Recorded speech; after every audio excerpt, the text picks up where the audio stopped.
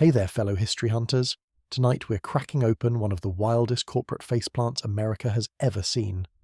One company so massive its name literally became the word for sewing machine.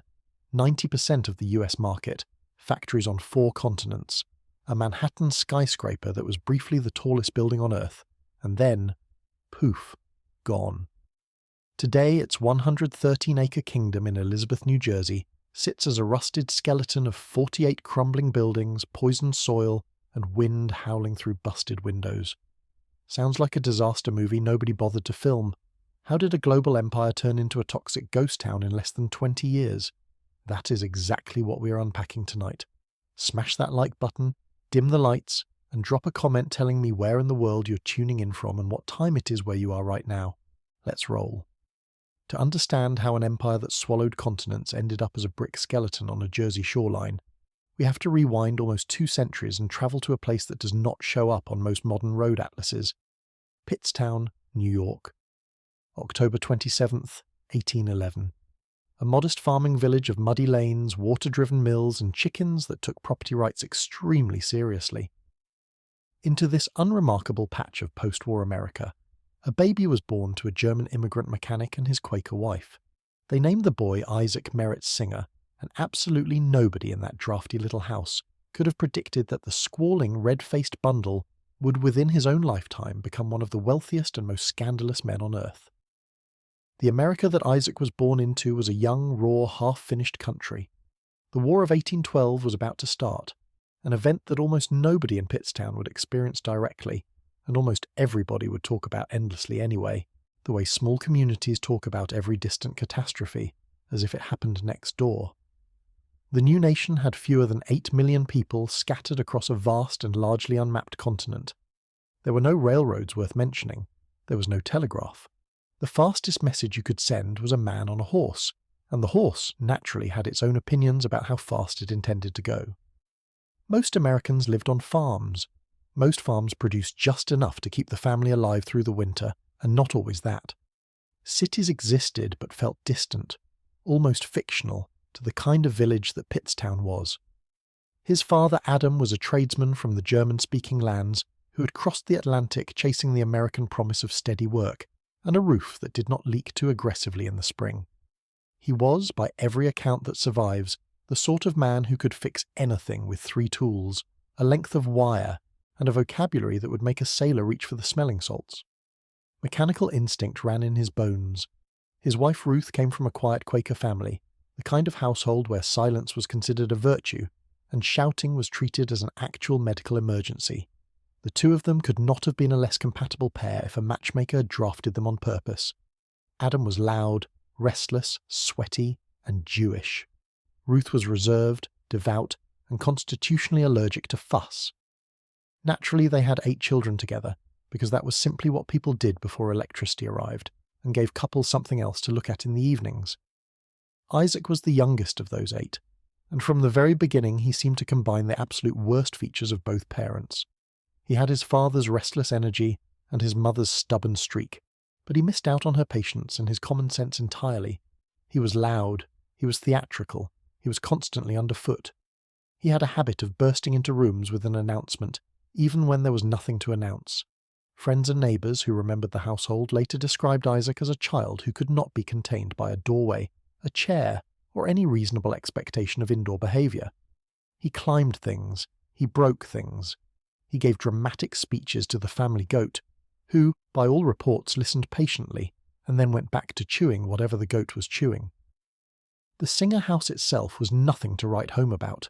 A modest plank and beam structure heated by a single stove that, in winter, was responsible for keeping 10 human beings, the family dog, and approximately 40,000 local mice from freezing solid. The windows were stuffed with rags when the wind got serious. The floorboards groaned when anyone walked across them. There was, naturally, no plumbing, no electric light, no central heating, and no concept of personal space whatsoever. 8 children, 2 adults, 1 dog. Privacy was a theoretical idea, like the moon, that you could acknowledge but never actually visit.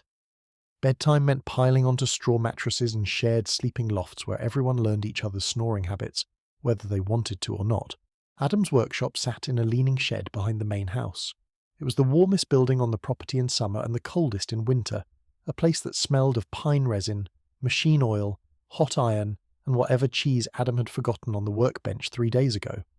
Isaac, almost from the moment he could walk, spent every spare minute in that shed. Not because anyone made him, not because he was particularly drawn to the work itself, but because the shed was the one place where his father, normally bone-tired and short on patience, would actually talk to him. Adam was a man of few words at the dinner table, and almost no words in the parlour, but when he had a broken hinge in his hand and a child sitting on a stool beside him, he could narrate the entire repair like a slow patient lecture. Isaac absorbed these lectures without realizing he was absorbing them. The lessons sank into him the way a song you hear on the radio every morning for 10 years sinks into you, in pieces you cannot consciously summon but that surface decades later, exactly when you need them. When Isaac was around 10 years old, the careful balance of the household finally collapsed. His parents divorced, which in 1820s America was not a casual thing. Divorce in that era required a degree of social courage that most people simply did not possess. People stayed in awful marriages for decades because the alternative was being whispered about at the general store for the rest of their natural lives. But Adam and Ruth had clearly run out of compromise. Ruth left, taking some of the children with her. Adam stayed in the house with the rest, and within what felt like a very short interval, brought home a new wife. The new wife, by every surviving account, was not exactly thrilled to inherit a small army of stepchildren who already had strong opinions about everything. The household became cold in a way that had nothing to do with the weather. Isaac, who had always been the loudest, the most dramatic, and the most likely to cause trouble at the dinner table, found himself in the crosshairs of his stepmother's patience management strategy on a near-daily basis. There were chores, there were rebukes, there were the kind of long silences that, in a small house, could fill an entire afternoon. The cheerful chaos of his early childhood was replaced by something tense and brittle, and Isaac, who was approximately 12 years old by then, decided he had had quite enough. So he packed nothing, said goodbye to no one, and walked out the door. This was around 1823, when a 12-year-old running away from home in rural New York meant taking his life into his own small, untrained hands. There were no telephones to call for help, no police you would actually want to involve, no social services to swoop in with a hot meal and a kindly speech about going home. A child alone on the road in 1823 was, by every realistic definition, on his own. The roads were rutted dirt tracks. The carriages, when they came, were not exactly running on a fixed timetable. The weather did whatever it wanted, and the people you might meet ranged from genuinely helpful to genuinely dangerous, with no reliable way to tell the difference until it was too late. Isaac headed toward the nearest town that looked bigger than Pittstown, which honestly was not a very high bar to clear. He did odd jobs, he swept floors, he carried buckets, he shoveled coal, hauled firewood, ran errands, and slept wherever someone would tolerate him sleeping. The boy who had grown up in a house with 8 siblings and a stove now slept in barns, in stables, in back rooms behind shops, sometimes just outside under a sky that had no opinion about him whatsoever. His meals consisted of whatever a sympathetic cook would slide across a counter for a copper penny, which usually meant bread that was one careful step away from being a brick, and stew that had started life as one thing and become, through long simmering, something philosophical. He never went home, not at 13, not at 15, not at 20. By the time he might have considered returning, he had spent so many years on his own that the very concept of home had become a foreign object. Most 12-year-olds who ran away in that century either crawled back within a week or died quietly somewhere nobody remembered to write down. Isaac did neither. He kept moving. What he had, instead of education, instead of family, instead of any kind of safety net, was an enormous personality. He was tall, even as a boy, and grew into a genuinely huge man, well over 6 feet, with broad shoulders and the kind of booming voice that could fill a room before he had finished walking into it. He had thick dark hair, a thick beard later in life, and an enormous appetite for attention. He laughed loudly. He sang in the street for spare coins. He recited poems he had heard once and butchered 3/4 of the lines, but did it with such confidence that nobody minded. He was, in modern terms, a born performer who had simply not yet found a stage. He found one eventually, of course. Sometime in his late teens, Isaac drifted into the world of itinerant theatre. In the 1820s and 1830s, travelling theatre in America was a wild, ramshackle, deeply unrespectable business. There were no permanent playhouses outside of the major cities. Companies travelled by wagon from town to town, performing in barns, in halls above taverns, in barns again, in actual open fields when the weather cooperated. The actors did everything themselves. They built the sets, they sewed their own costumes, they printed their own handbills. They went into the local saloon and personally invited the drunks to come see Hamlet at 7 o'clock sharp. Pay was inconsistent at best. A successful week meant you could afford rent and 3 meals. A bad week meant sleeping under the wagon and eating whatever the company cook could persuade out of a sack of potatoes. Isaac loved it. He absolutely loved it. He had found his people. The shouting suited him. The exaggeration suited him. The makeup, the costumes, the wooden swordplay, the dramatic monologues hurled at the cheap seats. He could play kings and villains and ghosts and clowns, sometimes all in the same evening if the company was short. Shakespeare was the gold standard, of course. Every travelling company tried to do Hamlet and Macbeth and King Lear, even when they had only 6 actors, and 3 of them were busy holding up the back wall of the set. Isaac played the big roles whenever he could elbow his way into them, which was usually. He was loud enough to be heard from the back row of a hayloft, and confident enough not to care if half his lines were nonsense. Travelling actors in those years lived a life that modern people would find genuinely alarming. They slept in wagons. They washed in rivers when there were rivers, and skipped washing when there were not. They argued constantly about which scenes belonged to whom. They were occasionally chased out of towns by clergymen who considered theatre a moral pollutant, which, to be fair, in some cases it absolutely was. They drank too much. They borrowed money from each other and never paid it back. They fell in love with each other approximately every 6 weeks, and fell out of love again approximately 3 weeks after that. They were, in short, exactly the sort of disreputable wandering tribe that any sensible parent would have warned a child to avoid. Isaac, having no sensible parents available, dove in head first and stayed for nearly 2 decades. For a brief, glorious moment in his 20s, it actually seemed like this was going to be his life. He even founded his own company at one point. He gathered up a dozen actors who were either too talented to stay where they were or too desperate to refuse, gave them a grand name, and led them out onto the dusty highways of Pennsylvania, Ohio, and New York. They called themselves the Merit Players, after his middle name, which Isaac thought was extremely clever, and which most of the actors were too polite to argue about. They toured for years, performing in every backwater that had a building large enough to hold an audience, dragging their costumes and props behind them in a wagon that needed a new axle approximately every 3 months. It did not last. It could not last. The economics of travelling theatre in 19th century America were genuinely impossible. Most of your audience could barely afford the ticket. Half the towns you played in had never heard of you. The other half had heard of you but were not particularly interested. Rain cancelled performances, snow cancelled performances, a sick horse cancelled performances, the lead actress eloping with a saloon-keeper in Indianapolis cancelled performances.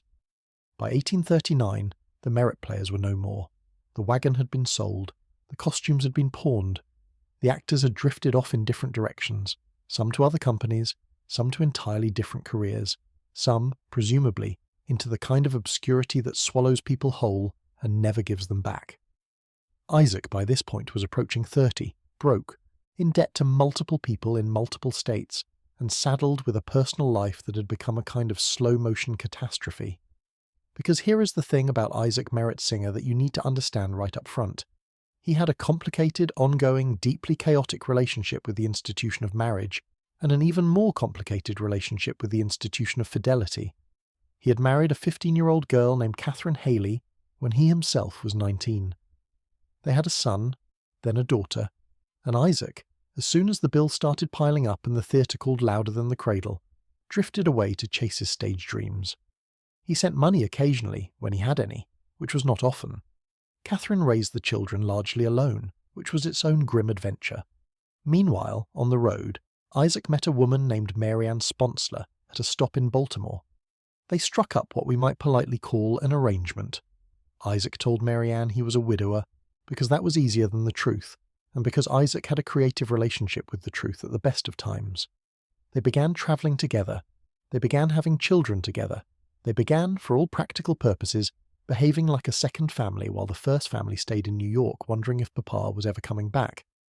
By 1839 he had, depending on how generously you counted, between 5 and 7 children spread across multiple towns, 2 women who each believed they were the most important person in his life, and a network of debts that would have crushed a less buoyant man into the dirt. He was a failed actor, a failed husband, a failed company manager, and a failed father in just about every measurable way. His own children would not have recognized him on the street. His career had collapsed. His talents, such as they were, had been polished into a glittering uselessness. He needed money. He needed it fast. And he turned, for the first time in his adult life, back to the one thing he had absorbed almost by accident from his father's workshop floor. Machines. Isaac was not, by any classical definition, an inventor. He had no training, no engineering background, no formal education in mechanics or mathematics. He could not have drawn a precise schematic if you had put a kettle of hot tea next to his elbow and threatened to spill it. But he had grown up watching his father take broken things apart and put them back together better than they had been before, and somewhere along the way he had absorbed the basic logic of how levers, gears, cams and springs cooperated to get work done. He understood machines the way a musician who cannot read sheet music still understands songs, by feel, by ear, by the kind of intuition that years of casual exposure builds into your bones. In the early 1840s, between theatre seasons and failed business schemes, Isaac began tinkering. His first real invention was a mechanical excavator designed to dig canals, which he patented in 1839, the same year his theatre collapsed. He sold the rights for a respectable sum, and immediately, predictably, blew the entire amount funding another theatre company that also collapsed. Because Isaac Singer in his 30s was still, somewhere underneath the failing actor and the chaotic father, a man who believed his real future was on the stage. The mechanical excavator was supposed to be a stopgap, a way to fund the real dream. The fact that it actually worked, that it actually sold, that it actually generated real money, was almost embarrassing to him. His next invention was a wooden metal type carving device for the printing industry. It also worked. It also sold, more modestly. He took the proceeds and moved to Boston in 1850, partly because Boston was a major centre for printing, and partly because everywhere else he had lived had become uncomfortable for reasons involving creditors, ex-business partners, and at least one extremely furious tavern owner. He set up in a workshop owned by a machine repairman named Orson Phelps, on the corner of Hanover Street, in a building that smelled permanently of oil, hot metal and burned wood. Boston in 1850 was a city in the middle of becoming itself. The harbour was thick with masts. The streets were a tangle of cobblestone and packed dirt that turned to mud the moment a cloud looked at it sideways. Horse-drawn omnibuses rattled along the wider avenues. Gas lamps had begun to appear on the better streets. The city was a magnet for inventors, machinists, printers, and the kind of restless men who could not sit still in smaller towns. Workshops crowded every alley. Industrial smoke rose from 100 chimneys at once and stained the morning sky a permanent rust colour by 10 in the morning. It was loud. It was crowded. It was, by the standards of the day, modern. And it was exactly the kind of environment in which a man like Isaac, with no formal training but a great deal of mechanical intuition, could quietly disappear into a back-alley workshop and not be bothered by anyone who knew about his messy past.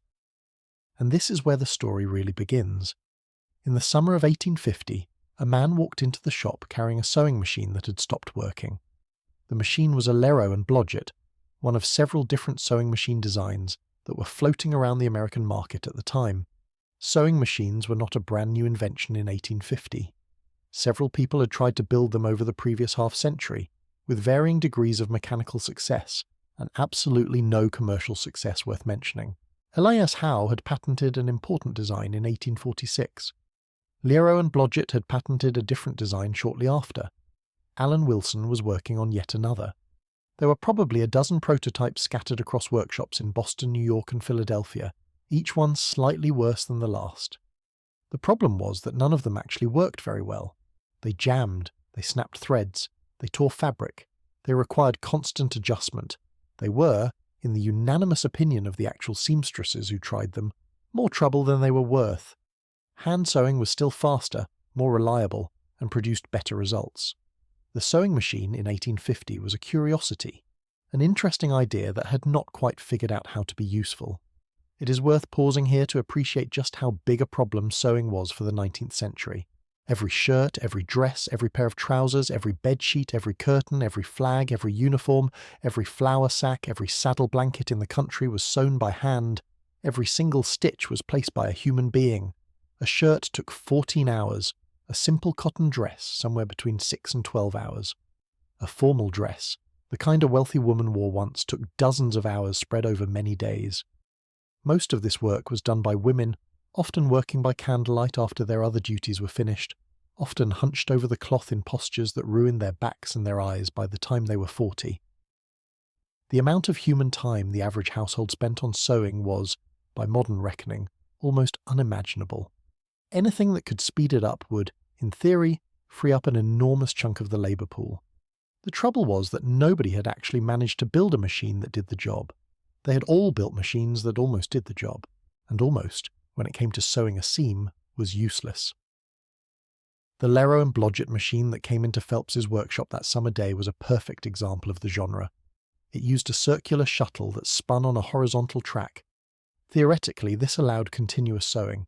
In practice, the shuttle constantly twisted the thread into knots, and the needle moved in a side-to-side motion that put enormous strain on the fabric. The owner had grown tired of fixing it himself and brought it in hoping someone with sharper eyes could diagnose the trouble. Phelps glanced at the machine, sighed in the way that only a workshop owner can sigh, and asked Isaac to take a look. Isaac was, at this point, a 38-year-old failed actor with no formal mechanical training, 3 partial families, debts in multiple states, and absolutely no business being trusted with an expensive customer's machine. But Phelps trusted him for reasons that history has never fully explained, and Isaac was bored, and so he took the machine. He stared at it for a while. He took it apart. He put it back together. He took it apart again. He moved the shuttle by hand, then turned the hand wheel, then watched the needle wobble back and forth on its sideways path. And somewhere in the middle of that long quiet afternoon in Boston, Isaac Singer had the single, most important realization of his entire life. The needle was wrong. It was moving in the wrong direction. The shuttle was wrong. It was spinning in the wrong plane. The fabric was being pulled along the wrong axis. The entire architecture of the machine was based on a misunderstanding of what stitching actually needed to do. Once you saw it, you could not unsee it. The design was not slightly off. The design was philosophically backwards. If you flipped the needle vertical, so it moved straight up and down. If you laid the fabric flat on a horizontal table, so it could be guided in any direction by a human hand. If you put the shuttle underneath the table, on its own straight track, so the upper thread and the lower thread could meet cleanly in the middle of the fabric. If you connected the whole thing to a foot-powered pedal underneath the table, freeing both hands to guide the cloth, then you would have a machine that actually worked, a machine that stitched fast, a machine that did not jam every 6 inches, a machine that could sit on a kitchen table and turn a 6-hour task into a 15-minute one. He sat down on a wooden stool and started sketching on a scrap of paper, and according to the few accounts that survive, he barely got up again for the next 11 days. 11 days. That is the figure that appears in every version of the story, even though the precise number has been polished by repetition into the kind of round mythological figure that historians distrust on principle. 11 days of work in Phelps's Boston workshop, with the door mostly closed and Isaac mostly inside it. He ate when somebody handed him food. He slept when his body finally gave out, slumped over the workbench with a screwdriver still in his hand. He worked with whatever scraps of metal, wood, and wire he could pull off the shelves. He hammered, he filed, he bent. He muttered to himself loudly enough that customers across the street allegedly complained, though Phelps, who had heard worse, was unbothered. The lamps burned through the night. The neighbours saw the light under the door at 3 a.m. and quietly assumed somebody was either drunk or possessed. $40. That was the budget Phelps loaned him to finish the prototype. $40 in 1850 was not nothing, but it was not a fortune either. It bought iron, steel, a few hours on a small turning lathe at a workshop down the street, lamp oil, paper, and the kind of decent thread you could use to actually test the machine without snapping it on every other stitch. Isaac stretched the money as far as he could stretch it, which was further than anyone expected. The actual work, day by day, was a brutal grind. He cut and shaped the iron frame by hand on a cold anvil, swearing softly whenever the hammer struck the wrong place. He filed the needle bar by candlelight until his fingertips were raw. He turned the wooden table legs on a borrowed lathe, getting splinters in every finger and one truly memorable splinter in his left thumb that he later claimed required pliers to remove. He measured everything twice, because he could not afford to be wrong, and then measured it again anyway, because he did not entirely trust his own arithmetic. The shop cat, an indifferent grey creature who normally judged everyone with imperial calm, took to sitting on his sketches in the late afternoon, which Isaac chose to interpret as good luck, and which the cat chose to interpret as a free-heated paper bed. On the 11th day, by the account that Isaac himself loved to tell for the rest of his life, he tightened the last screw, lowered the needle, threaded the bobbin, and stepped on the pedal. The first attempt failed. The thread broke. He adjusted the tension and tried again. The thread broke again. He stayed up through the night, made one final tiny adjustment to the upper thread guide, and tried once more in the grey hour just before dawn. This time the needle plunged down, the shuttle slid across underneath, the threads locked, the foot pedal pumped smoothly, and a clean, steady line of stitches marched across a scrap of cotton with a sound like a small mechanical heartbeat. It worked. He had built, in 11 sleepless days, the first commercially viable sewing machine in the history of the world.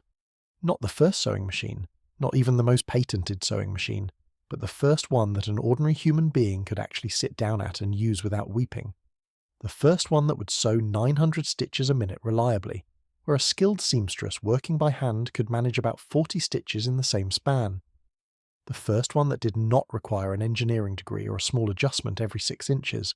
The first one that you could put in a parlour, attached to a foot treadle, and use to finish a shirt before lunch. The leap from 40 stitches a minute to 900 is the kind of jump that breaks human brains when you try to absorb it. It is not an improvement. It is a different category of thing entirely. Imagine a horse that suddenly, without explanation, could outrun a train. Imagine a candle that decided to give off as much light as the noon sun. That is the kind of multiplication we're talking about. 22.5 times faster than a human hand. 22.5 human seamstresses, replaced by one wooden table with a treadle under it. Nobody who saw the machine working that first morning fully grasped what they were looking at. They knew it was impressive. They did not yet know it was about to remake the global economy. Isaac did not exactly grasp it either. He grasped immediately that he had built something valuable. He grasped that this machine, if it could be manufactured cheaply enough, could potentially make him a great deal of money. What he did not grasp was the scale. He did not grasp that within 20 years there would be more than 1 million of these machines in American homes. He did not grasp that within 40 years there would be one in nearly every household in the industrialized world. He did not grasp that his own surname was about to become, in 100 different languages, the actual word that ordinary people used for the object itself. He just knew he had built a thing that worked, and he wanted to patent it before somebody else stole it. He filed the application as quickly as he could afford to file it. The patent was granted on the 12th of August, 1851, under United States Patent number 8294, formally titled An Improvement in Sewing Machines. It was 12 pages of mechanical drawings and dense legal language, signed in Isaac's enormous looping handwriting, and it represented the first time in his 39 years of life that he had locked down a real piece of intellectual property that could not be lost in a bad theatre season or a bad poker night. In the weeks that followed, Isaac began showing the machine to anyone who would stand still long enough to look at it. He took it to fabric merchants, he took it to tailors, he took it to dressmakers, who watched with raised eyebrows and folded arms and slowly, against their initial skepticism, began to lean in closer. He took it to a few small newspaper offices, where reporters wrote brief and somewhat puzzled articles about the curious new contraption from Hanover Street. Word spread, slowly at first, then faster. Orders began to trickle in. Phelps and Isaac assembled the first few machines by hand in the back of the workshop, charging an eye-watering $100 apiece, which was, in 1851 money, roughly the equivalent of 2,000 modern dollars, and which represented a sum that the average American family could not even contemplate paying. The machines sold anyway, slowly, to wealthy households, to professional tailors, to a handful of small clothing manufacturers. Each sale felt like a small miracle. Each sale also planted a seed of an idea that would, within a few years, blossom into something enormous. What he did not yet know, what he could not have known sitting in that Boston workshop with the smell of fresh varnish still drying on the wooden frame, was that the patent he had just been granted was about to drag him into one of the longest, most expensive, and most thoroughly tangled legal wars of the entire 19th century. Because Isaac, in his characteristic style, had not done the basic homework.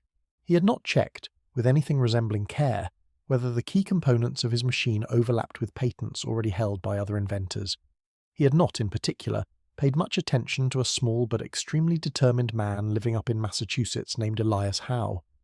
Elias Howe had patented his own version of the sewing machine in 1846, 4 years earlier.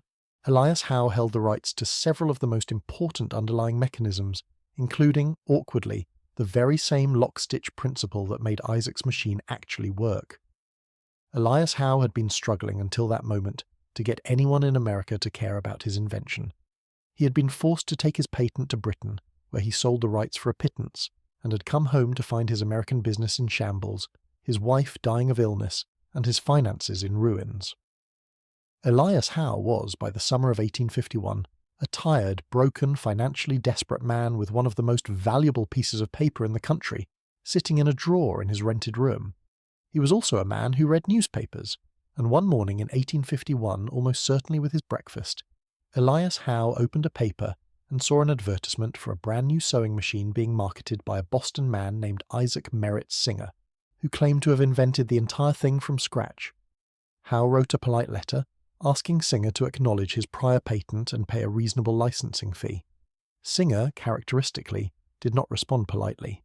Singer, characteristically, told Howe in extremely colourful language that he could go pound sand. Singer also, characteristically, suggested that Howe was a fraud, that his patent was worthless, and that any court in America would laugh him out of the building if he tried to enforce it. Howe filed suit. The first of what would eventually become dozens of overlapping lawsuits between dozens of overlapping sewing machine inventors, a legal tangle so dense and chaotic that historians later coined a specific term for it: the Sewing Machine War. It would consume nearly a decade. It would produce mountains of paper, hundreds of witnesses, and the kind of legal bills that could fund a small nation. It would eventually force every major sewing machine manufacturer in America to band together in what was effectively the country's first major patent pool, agreeing to share royalties rather than continue suing each other into oblivion. But that was all in the future. In the autumn of 1851, sitting in a Boston workshop with his newly granted patent and his newly working prototype, Isaac Merritt Singer did not yet know any of this. He did not know about the lawsuits. He did not know about the patent pool. He did not know that he was about to meet a young lawyer in New York City who would, more than any inventor or engineer, turn his clunky wooden contraption into a global empire. He did not know that within 15 years he would be one of the richest men in America, lounging in a mansion on the English coast, surrounded by an ever-growing collection of children from multiple women, throwing dinner parties that the London press would describe in tones of fascinated horror. He only knew that he had built a machine that worked, that he was going to fight anybody who tried to take it from him, and that for the first time in his life the wagon was not packing up at dawn. The audience was not going home. The show was not closing. The thing he had built was real, and it was his, and it was about to change absolutely everything. What happened next would turn him from a Boston machinist into a national figure, and then a global one, in a span of years so short it makes modern startup founders look slow. But that story belongs to the man who walked into his life next, and that man was not an engineer, not a tinkerer, not a fellow inventor. He was a quiet, immaculately dressed lawyer with a calm voice and a calculating mind, and his name was about to become as inseparable from the Singer empire as Isaac's own. A patent might keep your competitors out of court, but it does not, on its own, build a company. By the autumn of 1851, Isaac Singer had a working machine, a piece of paper from the United States Patent Office, and a workshop full of half-built prototypes. What he did not have, in any practical sense, was a business. He had no proper bookkeeping. He had no sales strategy beyond shouting at people on the street and dragging them inside to look at the demonstration. He had no idea how to scale production beyond the back room of Phelps's shop. He had in his pocket a few $100s and a much larger quantity of unpaid bills. and he had a temper that could pick a fight with a coat rack on a slow afternoon. What he needed was a partner, not another inventor, not another machinist, not another theatrically inclined personality who could compete with him for the spotlight. What he needed was the calmest, coldest, most patient human being available, somebody who could sit across a table from him and not flinch when Isaac slammed his fist on the surface to make a point. What he needed, in other words, was Edward Clarke. Edward Clarke was the precise opposite of Isaac Merritt Singer in essentially every measurable way. Where Isaac was loud, Edward was quiet. Where Isaac was tall and broad and physically imposing, Edward was slender and slightly stooped. Where Isaac dressed in colourful waistcoats and oversized cravats, and the kind of theatrical fur-trimmed coats that no respectable man wore outside of an opera, Edward dressed in plain dark suits, plain white shirts, and the kind of expression that suggested he was always doing arithmetic in his head and was usually right. He had been born in 1811, the same year as Isaac, in Hyde Park, New York, to a well-off Methodist family with no particular ambition beyond comfortable respectability.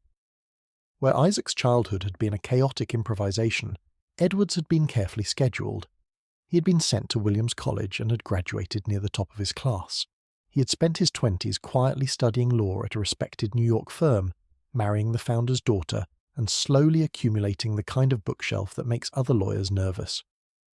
By 1851, he was a senior partner at the firm of Jordan Clark in New York City. He was 39 years old, with a wife, several children, a townhouse, and a calm, settled existence that suggested nothing more dramatic was coming. He had handled patents and corporate disputes for years. He understood intellectual property. He understood contracts. He understood the slow, grinding mechanism of American commercial law in a way that almost nobody else in the country did at that time. He also understood, with a quiet pragmatism that Isaac entirely lacked, that the difference between an invention and a fortune was not engineering. It was salesmanship, distribution, and the careful management of public perception.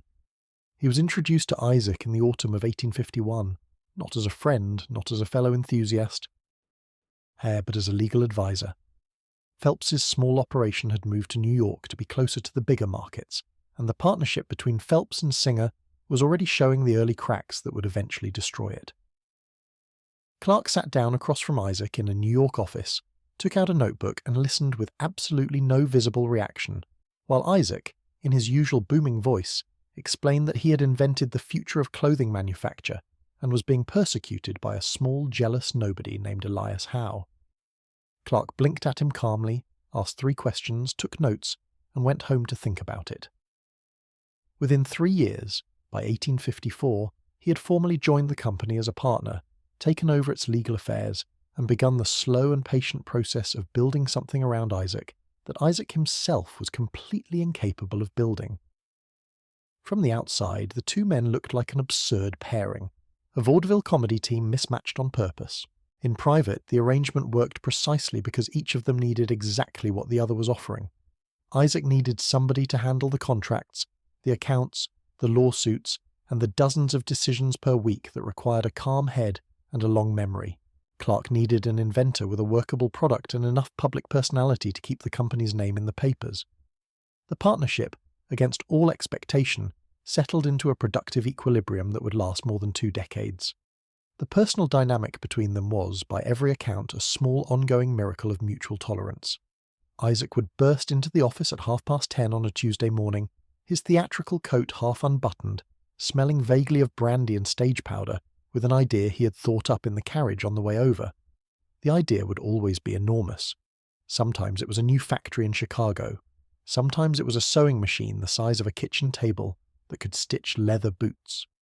Sometimes it was a plan to single-handedly run for governor of New York on a platform of unspecified reforms.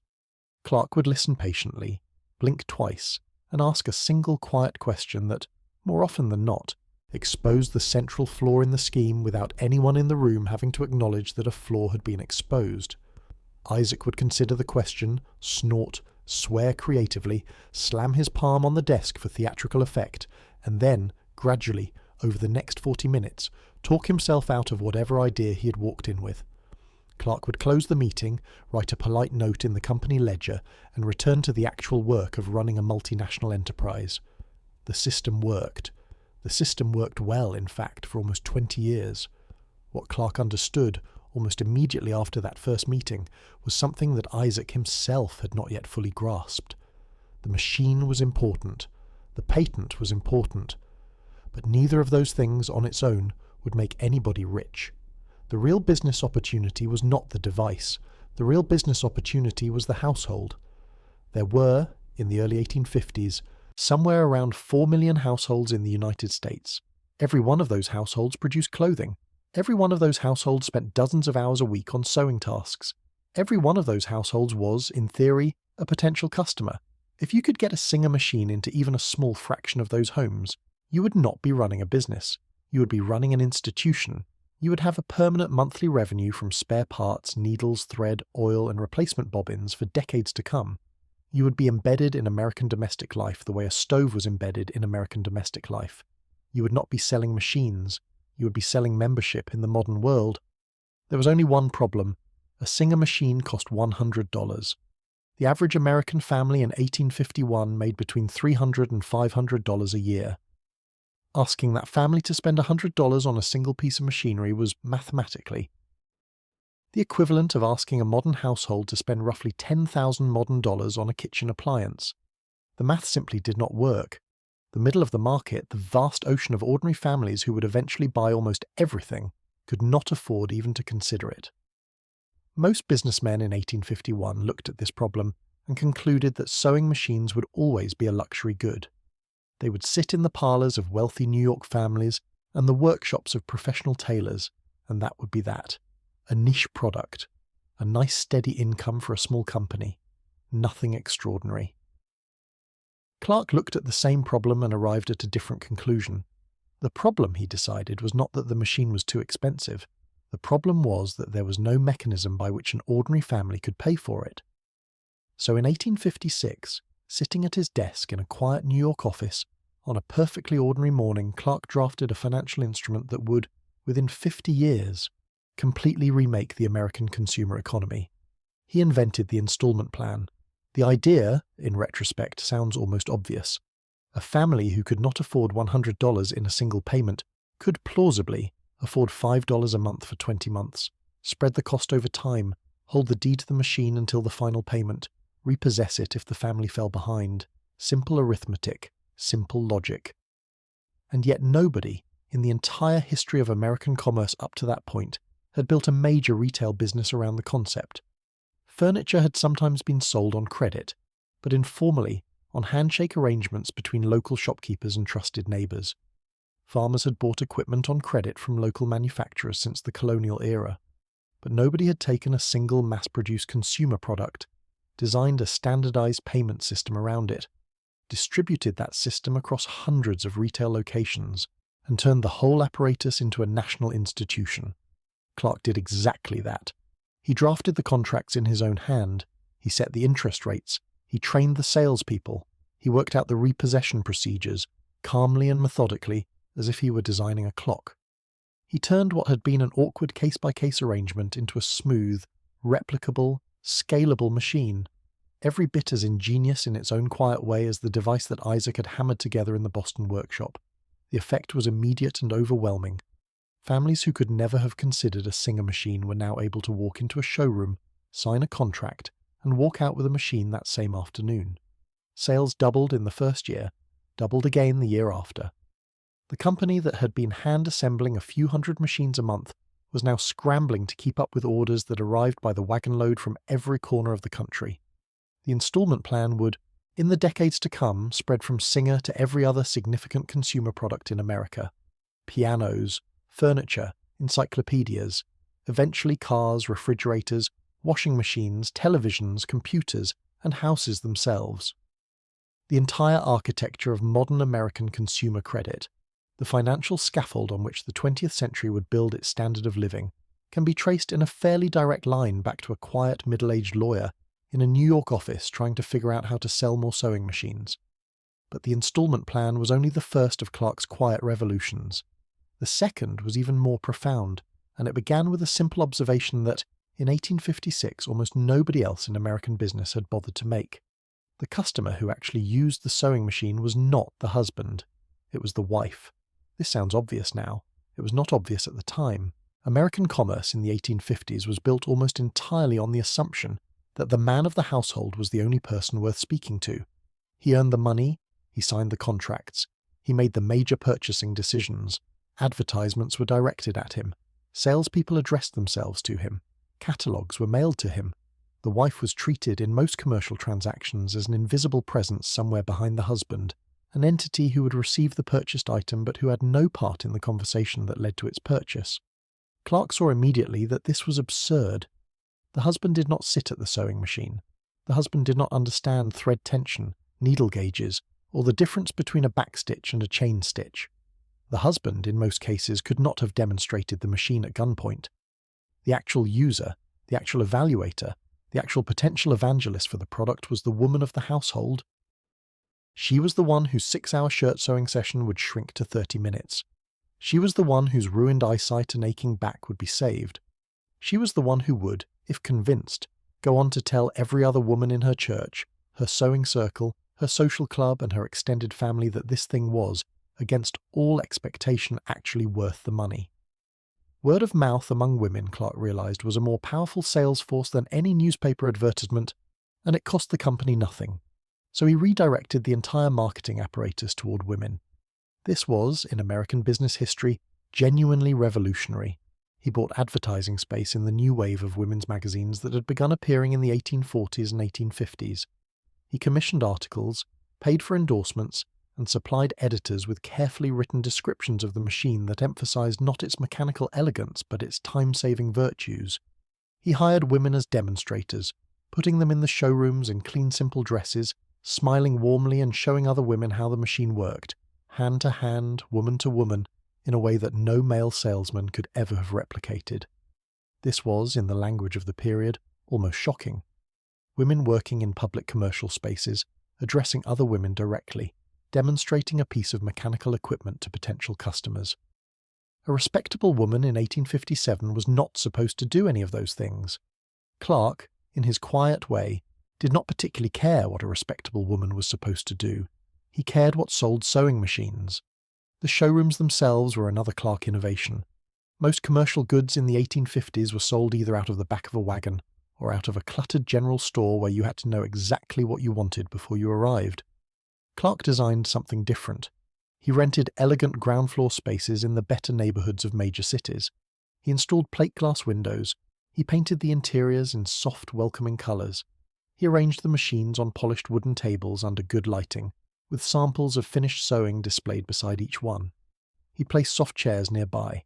He made it possible for a woman, often in the company of a curious neighbor, to walk in off the street, sit down, examine the machine at her own leisure, ask questions of a friendly female demonstrator, and leave whenever she wished without feeling pressured. This was, in the 1850s, an astonishingly progressive idea. The notion that a retail space might be designed for the comfort of female customers, rather than as a transactional way station for male ones, did not really exist anywhere else in American commerce at that moment. Clark essentially invented the modern showroom, the modern soft sell, and the modern concept of a retail space that doubled as a brand experience, decades before anyone gave those concepts names. The department stores of the 1880s and 1890s, with their elegant interiors and their female-friendly atmospheres, would copy the Singer model almost line for line. The car dealerships of the 20th century, with their leather chairs and their coffee bars, would copy it again. The Apple stores of the 21st century, with their wide-open floor plans and their friendly employees, would copy it a third time, possibly without realizing where the template had originally come from. The Singer showrooms themselves became, over the late 1850s and early 1860s, minor social institutions in the cities where they appeared. A woman might stop in on a Wednesday afternoon, ostensibly to look at the machines, but really to chat with the demonstrators, exchange neighborhood news, examine the newest sample dresses on display, and pass an hour out of the house. The showrooms served lemonade in the summer and warm cider in the winter. They kept fashion plates from the latest women's magazines neatly arranged on side tables. They displayed the kind of finished garments that no household seamstress could possibly have produced by hand, beautifully cut bodices and intricate pleated skirts that hinted, without ever quite saying so directly, that buying a Singer machine might give a perfectly ordinary woman access to a perfectly extraordinary wardrobe. The demonstrators, trained for weeks before being allowed near actual customers, became unofficial celebrities in their neighborhoods. They knew everyone. They remembered which neighbor had bought her machine last spring, and what her daughter had sewn on it for the church bazaar, and whether her sister was still considering one. They were, in modern terms, the company's social network, half a century before the telephone, a century and a half before anyone called such a thing a social network. There was, of course, a darker side to the Clark genius, and it deserves a moment of attention. The third great innovation of his early years at Singer was the trade-in program, and it was, in its own quiet way, ruthless. The program was simple. If a customer was unhappy with their machine, or wished to upgrade to a newer model or simply wanted out of the contract, they could bring the old machine back to a Singer showroom. They would receive a credit toward a new machine. The old machine would be taken into the back room, and there it would be destroyed, not refurbished, not resold, not donated, not given to a struggling tailor or a charitable institution, destroyed. The cast iron parts were melted down. The wooden tables were broken up for kindling. The brass fittings were salvaged for new production. Anything that could not be reused was hauled out and dumped. The reason was simple and unsentimental. Every second-hand Singer machine on the American market was a Singer machine that would not be replaced by a brand new full-price one. A used machine was a customer lost. An entire secondary market would, if allowed to flourish, eat into the company's primary market the way termites eat into a barn. So Clark made sure no such secondary market would ever be allowed to flourish.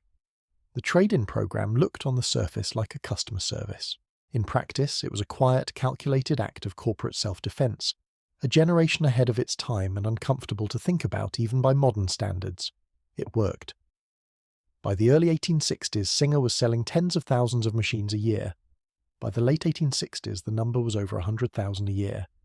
The company had showrooms in every major American city, traveling demonstrators in every major town, and a network of regional offices that handled the installment paperwork. Clark had taken Isaac's machine and built around it the entire architecture of modern consumer retail. Every payment plan ever offered by a department store, every showroom ever designed to seduce female customers, every brand loyalty trade-in ever offered by a car dealership traces its lineage, at least in part, back to Edward Clark's notebooks from the second half of the 1850s. And while Clark was quietly building this empire, Isaac was naturally doing what Isaac always did, causing problems. The empire that Clark was carefully constructing had, from the very beginning, a fundamental structural weakness, and that weakness was the personal conduct of its founder. Because while Isaac was technically running the manufacturing side of the business from a New York office, attending meetings in his enormous theatrical waistcoats, and signing contracts in his enormous theatrical handwriting, the rest of his life was, in the language of a later century, a public relations disaster waiting to happen. By the mid-1850s, Isaac had become, on paper, a wealthy and important man. He had a townhouse on Fifth Avenue in New York. He had a country residence. He had servants, a personal carriage drawn by handsome horses, a tailor who took his measurements every 6 months, and the kind of social standing that, in theory, opened doors to the better drawing rooms in the city. He even gave money to charities now, when he remembered, which was occasionally. He looked, from the outside, exactly like the kind of self-made American success story that the newspapers of the period loved to celebrate. The trouble was that almost none of it was the way it looked. The Fifth Avenue townhouse, the carriage, and the social standing all belonged officially to Isaac, and a woman he introduced everywhere as his wife. Her name was Mary Ann, the longtime companion from his theatre years, the woman he'd met in Baltimore and never quite legally married. By the mid-1850s she had given him 10 children, and believed, with what was apparently a slightly desperate sincerity, that he had actually married her shortly after they met. He had, in fact, never divorced his original wife Catherine, who was still very much alive and still raising their 2 children, mostly without his help, in a small apartment on the other side of the city. 2 wives, theoretically. 2 sets of children, definitely. Already, by 1855, this was more than enough material for a respectable Victorian scandal. But Isaac was, as the surviving records make uncomfortably clear, only just getting started. Around 1851 or 1852, around the time he was first patenting his machine, Isaac met another woman, a Tennessee-born seamstress named Mary Eastwood Walters. He introduced himself to her as Mr. Matthews, which was the kind of false name a less imaginative man might have considered improving upon, but which Isaac apparently thought sounded respectable enough for ordinary use. He set her up in a small house in a different neighbourhood. They had a daughter. Mary Eastwood believed, like the others before her, that Mr. Matthews was an honest commercial gentleman with a steady business interest somewhere across town that required him to be away most evenings. She did not, in those early years, know his real name. She did not know about the others. She did not know that the man she thought she was building a quiet life with was a famous inventor whose face was beginning to appear in newspapers up and down the East Coast. Around the same time, Isaac met yet another woman, an Irish immigrant named Mary McGonigal. He installed her in yet another house, in yet another neighbourhood, also under the Matthews alias. Mary McGonigal would, over the following decade, give him 5 children. She had her suspicions, by all accounts, but in an age before telephones and easy public records, suspicions were difficult to verify, and Isaac was very good at being charming on the rare occasions when charm was strictly required. 4 women, 4 households, 4 separate sets of children, each growing in parallel, none aware of the others. By the late 1850s, Isaac was the father of somewhere between 15 and 18 children, depending on how you counted half-acknowledged offspring, and was supporting 4 separate households, each of which believed itself to be the only one. This required logistics. This required carriages, alibis, late-night returns, and a schedule of visits that would have exhausted a far younger and far less theatrical man. Isaac, somehow, kept it all running for years. The cracks began to show predictably around 1860. Mary Ann, who had been with Isaac the longest and who genuinely believed she was his legal wife, began to notice that her husband was disappearing more frequently than the demands of a sewing machine business could really explain. She began to ask questions. She received answers that did not quite add up. She began, in the way that practical women have always done, to make her own inquiries. She talked to drivers. She talked to servants. She followed up on small inconsistencies, and slowly, over the course of more than a year, she began to assemble a picture that did not look anything like the marriage she thought she had. The picture finally completed itself in August of 1862. The event was, in the unanimous opinion of every newspaper that later wrote about it, almost too theatrical to be true. Mary Ann, riding in a carriage on Fifth Avenue one summer afternoon, looked out the window and saw her husband walking down the street with another woman. The other woman was Mary McGonigal. The two of them were laughing.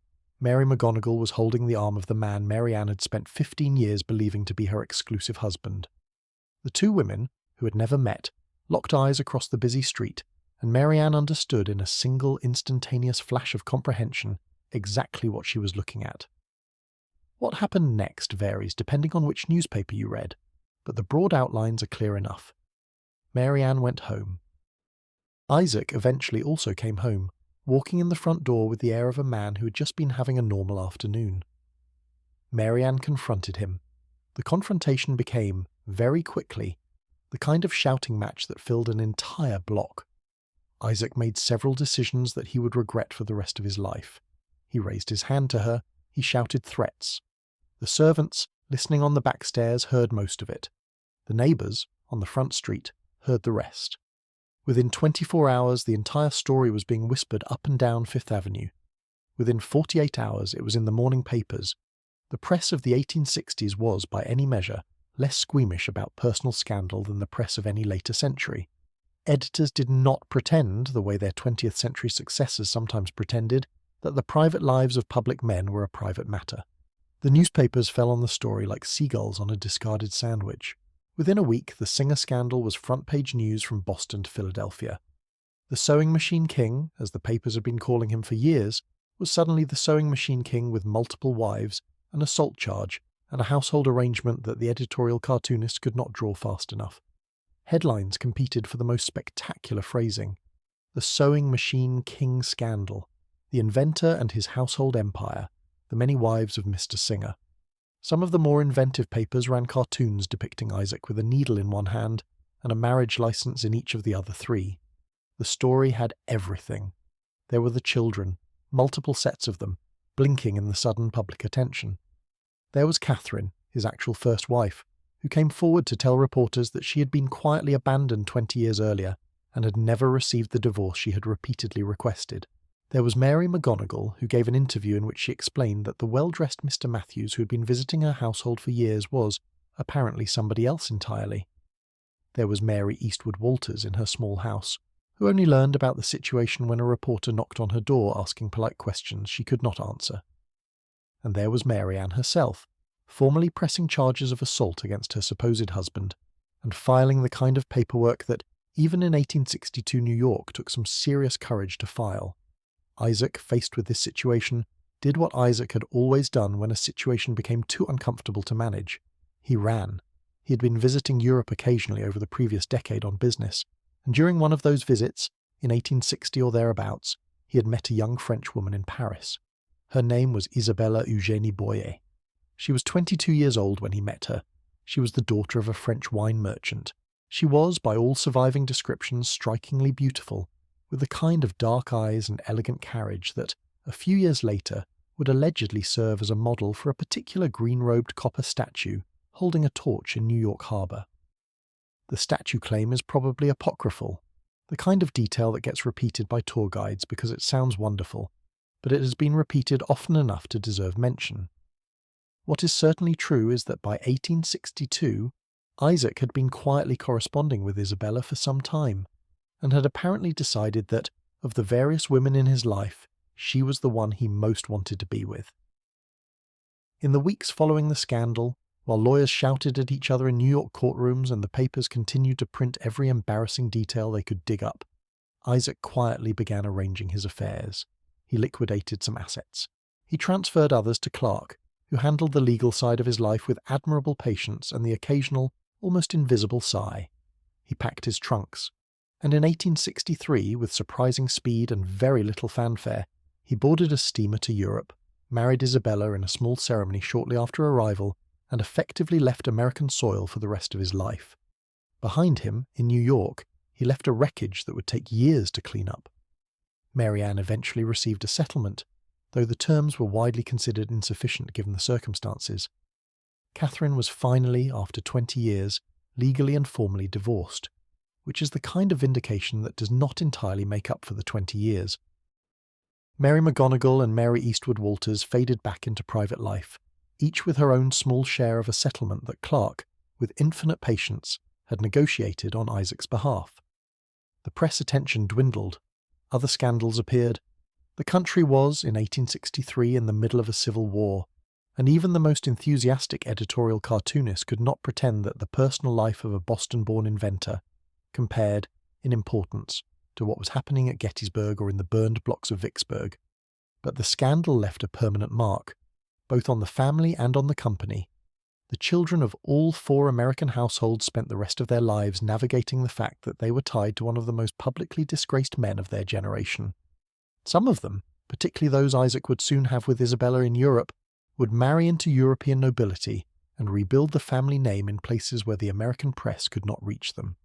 Others stayed in America and spent the rest of their lives at varying distances from the spotlight, some embracing the family connection, others quietly changing their names and pretending the whole thing had never happened. Isaac himself, settling into his new life with Isabella, seemed unbothered by any of it. He bought a vast estate near Paynton, on the south coast of England, an enormous Italianate mansion that he called the Wigwam, which was either a joke or a sign of a slightly unhinged sense of humour, possibly both. He filled it with the kind of furniture that even European aristocrats considered excessive. The Wigwam had more than 100 rooms, a private theatre in which Isaac could finally at last stage the Shakespeare productions of his youth without having to convince a paying audience to show up, and a ballroom large enough to host several dozen guests at once. He installed a complete kitchen staff. He installed gardeners, grooms, and a butler whose primary qualification, by every surviving account, was an apparently superhuman capacity to ignore unusual behaviour on the part of his employer. He threw parties. He invited the local English gentry, who came once out of curiosity, then a second time out of fascination, and then continued to come because the food was, against expectation, excellent, and the wine cellar was, against all reasonable expectation, exceptional. He had more children with Isabella, 6 more, in fact, by the time he was finished. He took up gardening, which surprised everyone who knew him, including himself. He wrote letters back to America, mostly to Clark, full of complaints about English weather, English food, English politeness, and English bureaucracy. He occasionally sent ideas for new sewing machine models, all of which Clark politely filed in a drawer without acting on. He died eventually in 1875, surrounded by enormous wealth, an enormous mansion, and an enormous number of children who could not all be assembled in the same room without significant logistical planning. By the time of his death, Isaac was the father of 24 children from 5 different women, a number that even the most permissive contemporary observers found genuinely difficult to process. His will, when it was opened, sparked litigation that lasted years. Different sets of children disputed different claims. European children fought with American children. American children fought with each other. The settlement, when it eventually came, distributed what remained of his personal fortune in a way that satisfied nobody completely, and that gave the lawyers, including the patient and aging Edward Clark, more work than they had ever expected to handle in their declining years. The empire, however, was no longer Isaac's. It had stopped being Isaac's a decade earlier, when he sailed for Europe and effectively handed the day-to-day operation over to Clark. By the time Isaac died, the Singer Manufacturing Company was an enormous corporate entity in its own right, with factories on 2 continents, sales offices in dozens of cities, and a balance sheet that no longer depended on the personality of any single individual. The inventor had become, in his own lifetime, slightly irrelevant to the institution his name still adorned. The lawyer had quietly, patiently taken over, and the lawyer, having already designed the installment plan, the showroom, the female demonstrator network, and the trade-in program, was now turning his attention to the next great problem facing the company. The existing manufacturing facilities, scattered across small workshops in New York and Connecticut, were no longer adequate. Orders were arriving faster than machines could be built. New York real estate was becoming impossibly expensive. The workforce was scattered. The supply chains were chaotic. Something larger was needed, something purpose-built, something so big that it would not need to be expanded again for at least a generation. The answer, when Clark finally settled on it, would take him to the muddy edge of a New Jersey harbor town, and from there to the construction of the largest single sewing machine factory the world had ever seen. Clark had been thinking about the location problem for years before he finally moved on it. The existing manufacturing arrangement, scattered across cramped facilities in Lower Manhattan and a smaller plant in Connecticut, had reached the point where it actively interfered with the company's growth. Orders were stacking up, shipments were delayed, components were assembled in one building, finished in another, packed in a third, and trucked between locations by horse-drawn wagons that moved at a speed best described as 19th century. The company had outgrown its own infrastructure in the way that a particularly enthusiastic teenager outgrows shoes, and the consequences were beginning to show in the quarterly numbers. What he wanted, what he had been quietly sketching on the backs of contract papers for years, was something nobody in American industry had yet built. A single enormous facility that would house every step of sewing machine production under one set of roofs. Raw iron in one door, finished crated machines out the other. No more horse-drawn shuttling between buildings. No more components arriving cold and bent from a foundry across the river. No more delays caused by a single supplier going on strike or a single warehouse catching fire. Everything in one place, on one site, under one management, with one set of railway tracks running through the middle of it. It was an idea that had no proper name yet in the 1860s. The word people would later use for this kind of arrangement was vertical integration, but in 1869 the term had not been invented, and the concept itself was still half a generation ahead of where most American manufacturers were thinking. He needed a site. The site needed to satisfy a list of conditions so specific that it bordered on the comical. It had to be near deep water, because finished machines were going to be shipped to Europe and South America in enormous numbers, and Clark did not want to pay to haul them inland to a port. It had to be on a major railroad line, because raw materials came overland and finished crates needed to head west by rail to the rest of the country. It had to be close to New York City, both for management oversight and because the headquarters offices would stay in Manhattan. It had to be large enough to expand into for the next several decades, because Clark did not intend to repeat this exercise in 20 years. It had to be flat because foundries and assembly halls did not like hills. And finally, ideally, it had to be in a neighborhood with a substantial pool of cheap immigrant labor, because the kind of workforce required to staff a facility on this scale was not going to materialize from existing American towns by polite request. The site he eventually settled on, after several years of quiet inquiry, was a flat stretch of land at the eastern edge of a small New Jersey town called Elizabethport. The town sat on the western shore of a tidal strait known as the Arthur Kill, which is a name that sounds vaguely menacing to modern ears, but actually comes from a Dutch phrase meaning the back channel. The strait connected directly to New York Harbour, and from there to the open Atlantic, which solved the deep water requirement in a single stroke. The Central Railroad of New Jersey ran along the same stretch of shoreline, which solved the rail requirement. Manhattan was a 12-mile journey by ferry and carriage, easily walked into by a competent executive on a normal Tuesday morning, which solved the management oversight requirement. The land itself was flat, marshy, partly drained, and partly covered with the kind of scrub vegetation that nobody had ever found a serious use for. And the surrounding towns were already filling up with newly arrived German, Irish, Italian, and Polish immigrants, who would, given the chance, work for wages that no native-born American would consider acceptable. In other words, Elizabethport was perfect. It was perfect in the way that a marshland chosen for a future industrial empire is perfect, which is to say that it was unremarkable in every respect except for the precise combination of features that made it commercially flawless. The fact that nobody had ever built anything significant there before was, from Clark's perspective, an advantage. The land was cheap. The town was small enough not to make trouble about zoning. The water and rail access were already in place. All that was missing was the factory itself, and the factory was about to arrive. In 1871, Singer Manufacturing purchased 32 acres of waterfront land at Elizabethport.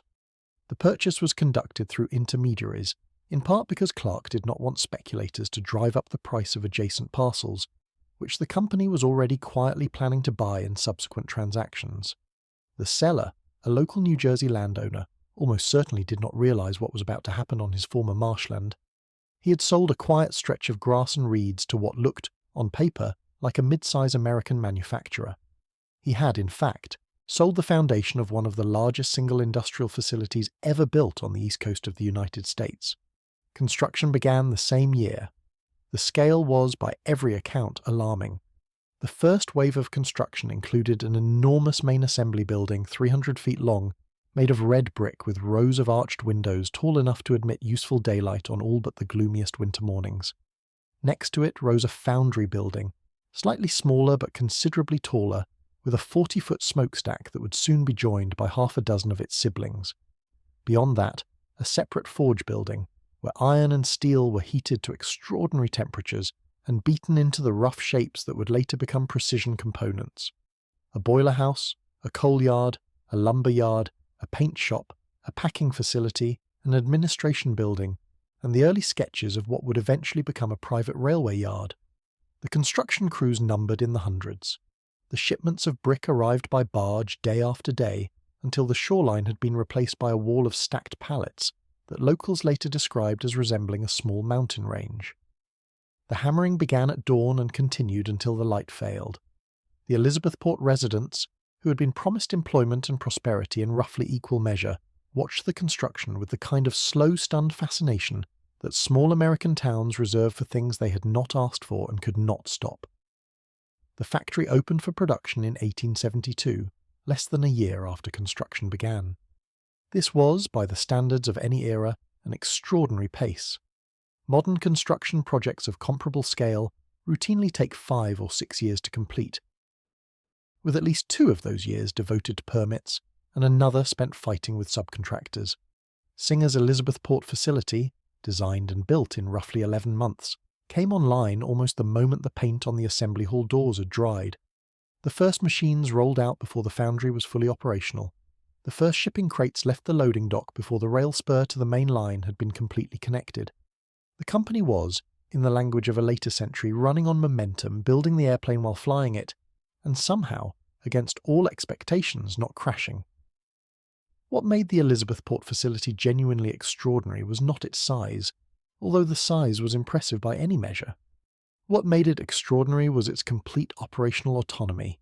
Clark had designed the facility to be entirely self-contained, capable of producing finished sewing machines from raw materials without depending on any outside supplier for any essential function.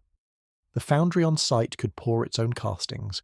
The forge could shape its own components, the machine shop could turn its own precision parts, the paint shop could mix its own enamels, the wood shop, occupying its own building near the lumberyard, could plane, sand, and finish the wooden cabinets that housed the finished machines. The packing facility had its own paper and box production line, churning out the shipping crates that the finished machines would travel in. There was even, by the late 1870s, a small printing operation on the property that produced the operating manuals, the instruction booklets, and the small leaflets of advice that were tucked into every crate before it left the dock. The most extraordinary aspect of this self-sufficiency, the detail that genuinely separated Elizabethport from anything else being built in the United States at the time, was the power infrastructure. Most American factories in the 1870s and 1880s purchased their power, either from municipal utilities where those existed, or from independent providers where they did not. Singer chose to produce its own. The facility included a dedicated coal-fired electrical generating station, large enough to power not only the factory floor but also the surrounding offices, the workshops, the warehouses, and eventually a portion of the town itself. There was a separate gas plant that produced illuminating gas for the lamps that hung from the assembly hall ceilings on winter evenings. There was a coal yard large enough to store reserves for months at a time, so that a strike at any single coal supplier would not bring the factory to a halt. And there was, naturally, a small fleet of locomotive engines that pulled coal cars from the yard to the boiler house, and finished products from the assembly hall to the loading dock, all on a private rail network that ran inside the facility and crossed no public roads. The numbers around the energy consumption alone were the kind of figures that make modern environmental engineers reach for a strong cup of tea. The factory burned, at its operational peak, roughly 450 tons of coal every week. 450 tons. To put that in perspective, a modern household heating with coal in a cold climate might burn 3 or 4 tons over an entire winter. Singer was burning 100 times that amount in a single week, 52 weeks a year, for decade after decade. The smoke that rose from the Elizabethport stacks was visible from across the Arthur Kill, from the deck of every ferry making the crossing to Staten Island, from the rooftops of houses in lower Manhattan when the wind blew in the right direction. The factory was, in environmental terms, its own small weather system. Locals later remembered that on the worst days, depending on the wind, you could taste the coal in the air several miles inland. The river itself ran a faint copper colour downstream from the discharge pipes, a detail that nobody at the time considered particularly alarming because, in the language of the 1880s, that was simply what a successful industrial operation looked like. Inside the assembly buildings, the scale was equally hard to absorb. The main floor of the primary assembly hall ran longer than 2 modern football fields end to end. Rows of workbenches stretched into the distance, lit by gaslight in the morning and afternoon, and by the great arched windows during the middle hours of the day. Each worker stood or sat at a specific station, performing a specific narrowly defined task, before passing the partial machine onto the next station. Machines moved through the line on rolling carts, and, later, on a series of mechanical conveyors that the engineers in the New Jersey works developed in-house. By the late 1880s, parts of the Singer assembly line operated on principles that were astonishingly close to what Henry Ford would later claim to have invented for his automobile factory at Highland Park in 1913. The historical irony, which is the kind of irony that history is unusually generous with, is that Ford's famous moving assembly line was preceded by at least 3 decades of similar workflow innovation at Elizabethport. The difference was that Ford had a publicist who knew how to use a newspaper, and Singer had an aging lawyer who preferred not to be quoted.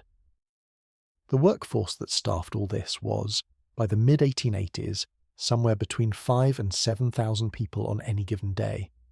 The numbers fluctuated depending on production demand, but the core force was enormous and remarkably diverse for its period. Germans worked alongside Irishmen, who worked alongside Italians, who worked alongside Polish immigrants.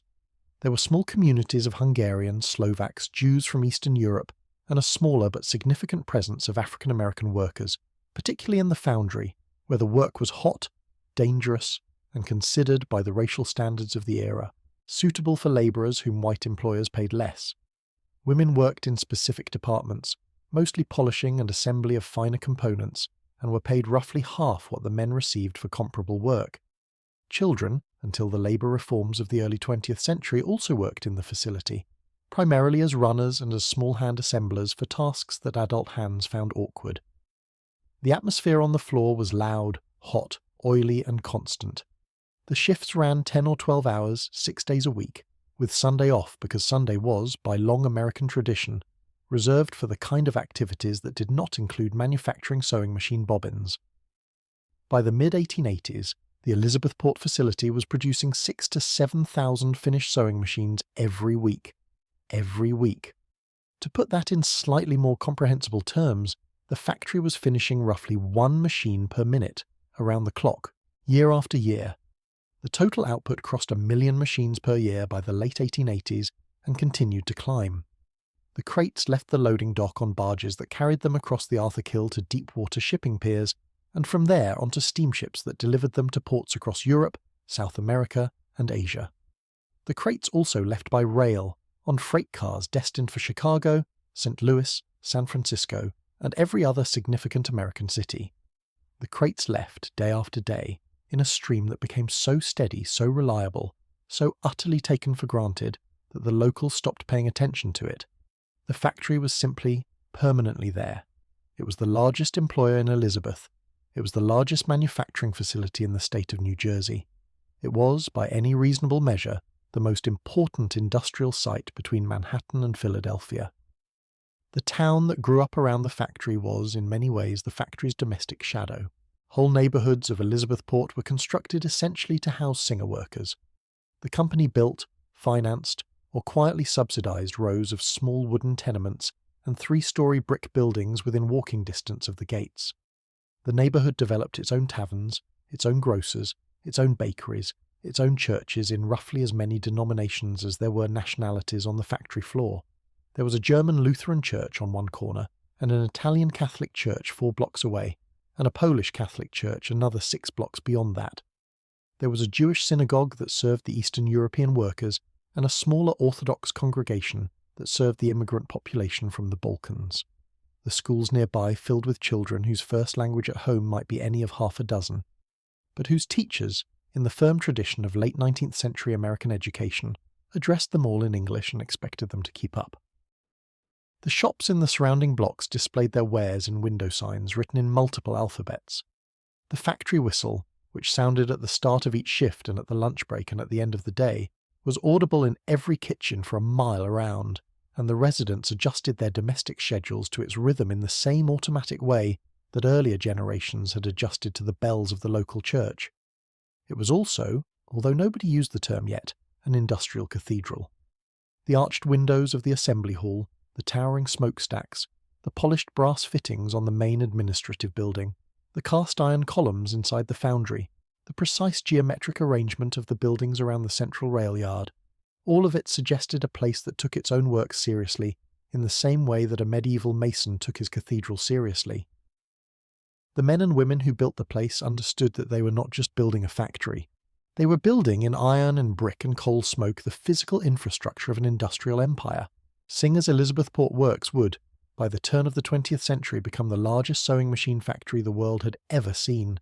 And then, almost immediately, it would not even be the largest sewing machine factory in the Singer corporate family. Because while the Elizabethport Works were rising along the Arthur Kill, Clark and his successors were quietly building, on the other side of the Atlantic, an even more enormous facility on the banks of the River Clyde. The international expansion had actually begun earlier, in the late 1850s, when Singer first began shipping completed machines to Europe. The European market had proven, almost from the first week, even more enthusiastic than the American one. British households, in particular, took to the sewing machine with a fervour that surprised everyone, possibly because British weather kept people indoors a great deal of the year and gave them ample opportunity to sit at a treadle and stitch. By the mid-1860s, the volume of machines being shipped from New York to British ports had grown so large that the company began to consider the unavoidable conclusion. It would be cheaper, faster, and more efficient to build the machines on European soil than to keep crating them across the Atlantic. In 1867, Singer opened its first European factory, a relatively modest operation in Glasgow, Scotland. The choice of Glasgow was not accidental. The city was, at the time, one of the great shipbuilding and engineering centres of the world, with an enormous pool of skilled mechanical workers, an established network of iron foundries and machine shops, and a deep-water port that could send finished products anywhere in the British Empire. The first Glasgow factory was, by Singer standards, small. It employed a few hundred workers. It produced a few thousand machines a year. It was essentially a satellite, a way of testing the European waters before committing to anything larger. It did not stay small for long. Within 15 years, Glasgow was outgrowing its original premises in the same way that Manhattan had outgrown its earlier facilities a generation before. The decision was made to build a new factory at Clydebank, a few miles down the river from central Glasgow, on a site even larger and more ambitious than the New Jersey Works. Construction began in 1882 and continued in stages through the early 1880s. When the Clydebank facility opened for full operation in 1884, it was, by every measurable standard, the largest sewing machine factory the world had ever seen. The numbers for Clydebank were, even by modern industrial standards, genuinely difficult to absorb. The main building covered approximately 1 million square feet of floor space, which is roughly equivalent to 14 modern American football fields placed side by side. The workforce, at its peak in the 1890s and early 1900s, reached 7,000 people. The clock tower above the main entrance, 200 feet tall, contained a four-faced clock larger than the famous one on the Houses of Parliament in London, a fact that Clydebank residents quietly enjoyed mentioning to visiting dignitaries from the south.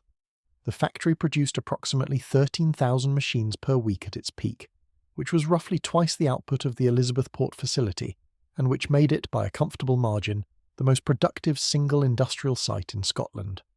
The town of Clydebank itself had not existed before the factory arrived. It grew up around the works the way medieval villages grew up around abbeys, with rows of company-built terrace houses, company-supported schools, company-funded libraries and meeting halls, and the kind of settled, slightly dependent local economy that company towns produce in every era. The Clydebank workers were, like their American counterparts, a mix of locals and immigrants, although the mix was different. Most of the workforce was Scottish, drawn from the Glasgow suburbs and the rural districts of the Highlands. A significant minority were Irish, many of whom had fled the Great Famine a generation earlier and had been working in Glasgow industries ever since. There were smaller communities of English workers, Welsh workers, and a scattering of continental Europeans who had come for the wages and stayed for the community. The Singer name became, in the west of Scotland, almost a kind of civic identity. To work at Singer was to belong to a recognizable industrial community. The clock tower could be seen from miles away. The factory whistle could be heard across half of Clydebank. The smoke from the boiler stacks marked the horizon every working day from 1884 onward. Within 20 years of opening, the Clydebank factory had supplied finished machines to every corner of the British Empire and most of continental Europe. India received machines by the tens of thousands. South Africa received them in huge crated shipments that travelled by sea around the Cape. Australia, New Zealand, Egypt, and the small but eager markets of the British Caribbean all received their share. The European mainland was supplied through ports in Hamburg, Rotterdam, and Marseille. The whole apparatus moved with a steady, slightly hypnotic rhythm, year after year, decade after decade.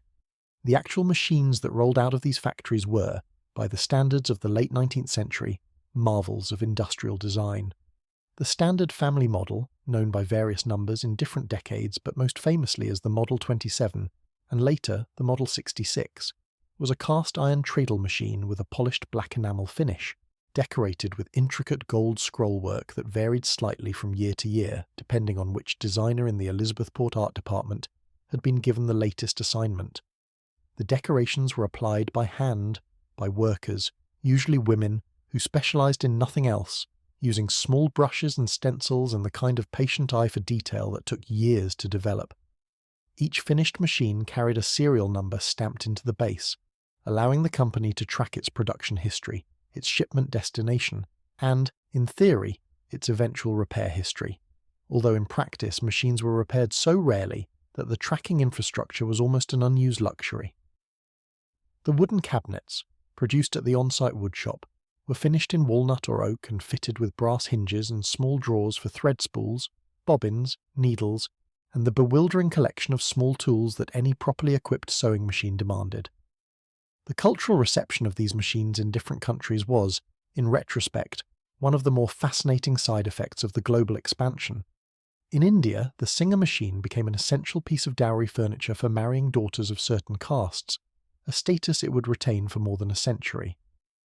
In rural Russia, the machine often took pride of place in the main living room, displayed under an embroidered cloth that was carefully removed only when the machine was actually in use.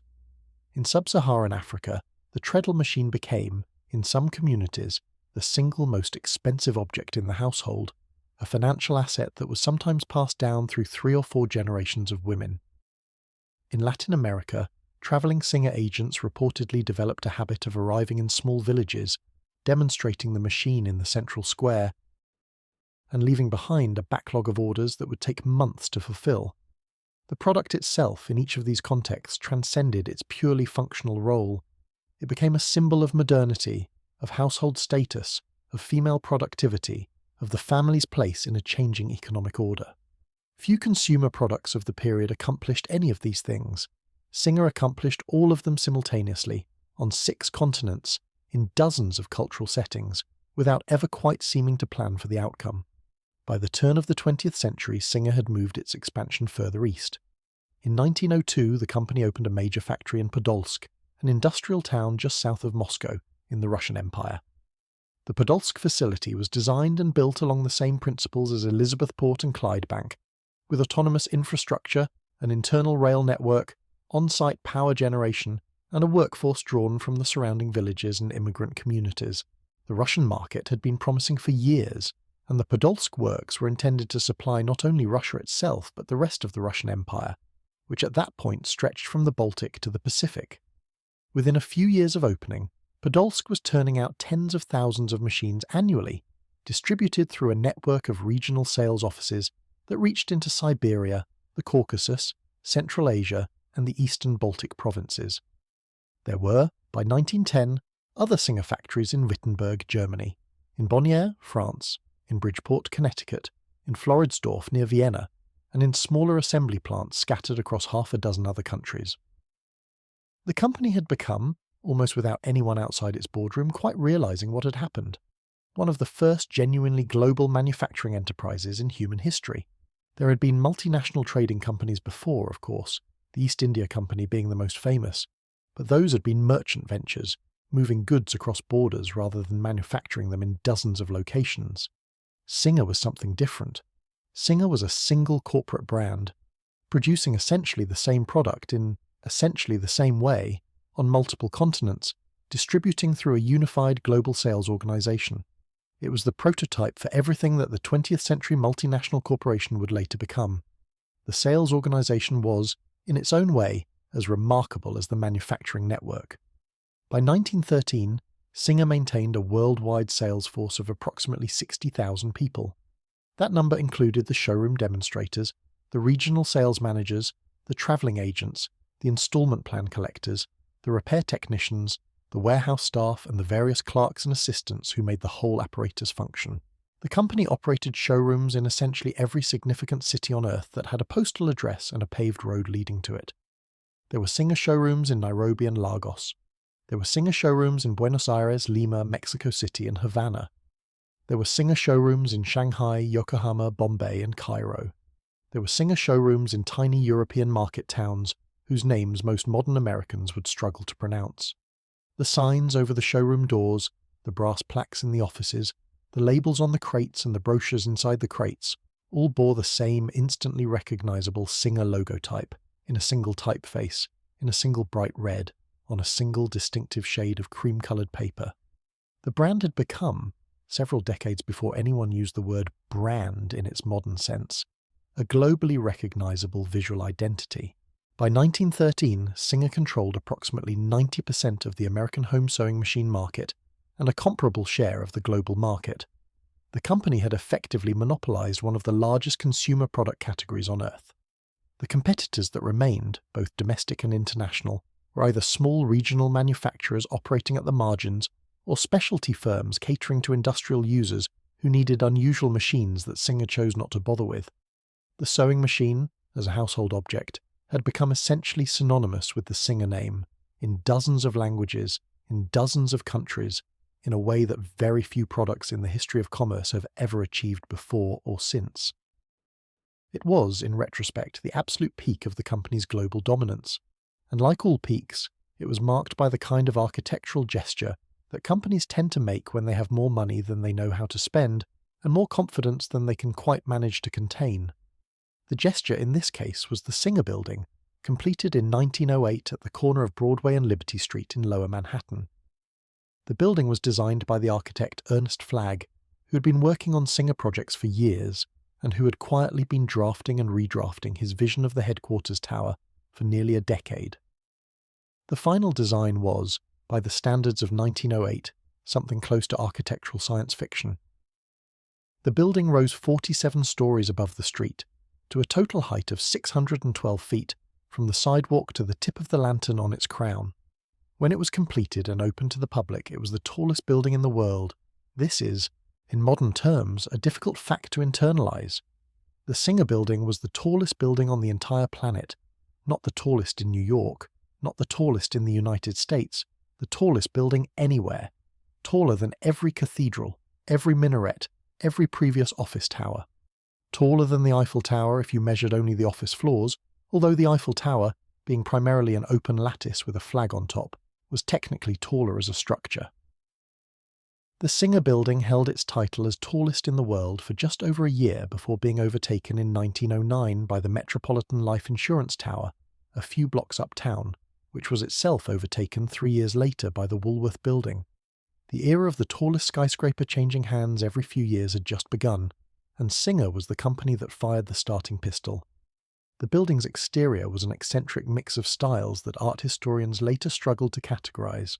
The lower stories were Beaux-Arts, with classical pilasters, ornamental cornices, and carved stone details. The midsection was Renaissance Revival, with rows of arched windows and decorative panels. The upper tower, where the building narrowed dramatically into its trademark slender spire, was something almost Second Empire, with a domed cap and a tall lantern that ended in a small spike. The whole composition looked, depending on the angle and the light, either like the most extravagant wedding cake ever assembled or like an enormous brass spinning top that had been balanced upright by an unusually patient giant. New Yorkers, both at the time and in later memory, regarded it with the kind of affection reserved for the city's more confidently strange buildings. The interior was equally elaborate. The lobby featured marble columns, bronze elevator doors, mosaic floors, and ceilings painted with allegorical figures representing industry, commerce, and similarly weighty abstractions. The executive offices on the upper floors were panelled in dark mahogany and furnished with the kind of leather chairs that announced, without quite saying so, that the people sitting in them were not to be trifled with. The observation deck at the top, which the public could access for a small fee, offered views of New York Harbor, the New Jersey shoreline, the rooftops of Brooklyn, and on clear days the curving line of the Atlantic coast disappearing into the distance. Visitors came from all over the country, and increasingly from all over the world, simply to ride the elevators up to the top and stare out at the panorama. The Singer Building was, briefly, one of the great tourist attractions of New York City. Engineering historians later admitted that the building had been built using techniques that genuinely pushed the limits of what was then considered structurally possible. The slender upper tower, which gave the building its distinctive silhouette, was supported by a steel frame so deeply embedded in the bedrock of Lower Manhattan that the foundations alone had required 2 years of excavation work.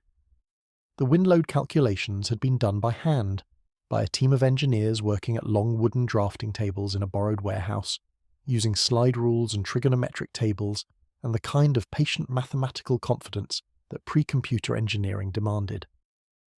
When the building was finally topped out in the spring of 1908, the construction crew held a small ceremony on the roof, drank a toast in champagne flutes that had been hauled up 47 stories in a rope-pulled basket, and then climbed back down in a procession that took most of an hour.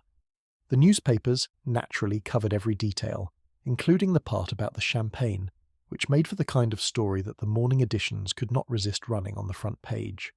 The symbolism was unmistakable. A company that began with a frustrated actor hammering together a wooden prototype in a Boston backroom had, in less than 60 years, built the tallest building on Earth and topped it with its own name in carved stone. The Singer name was now visible from steamships entering New York Harbor.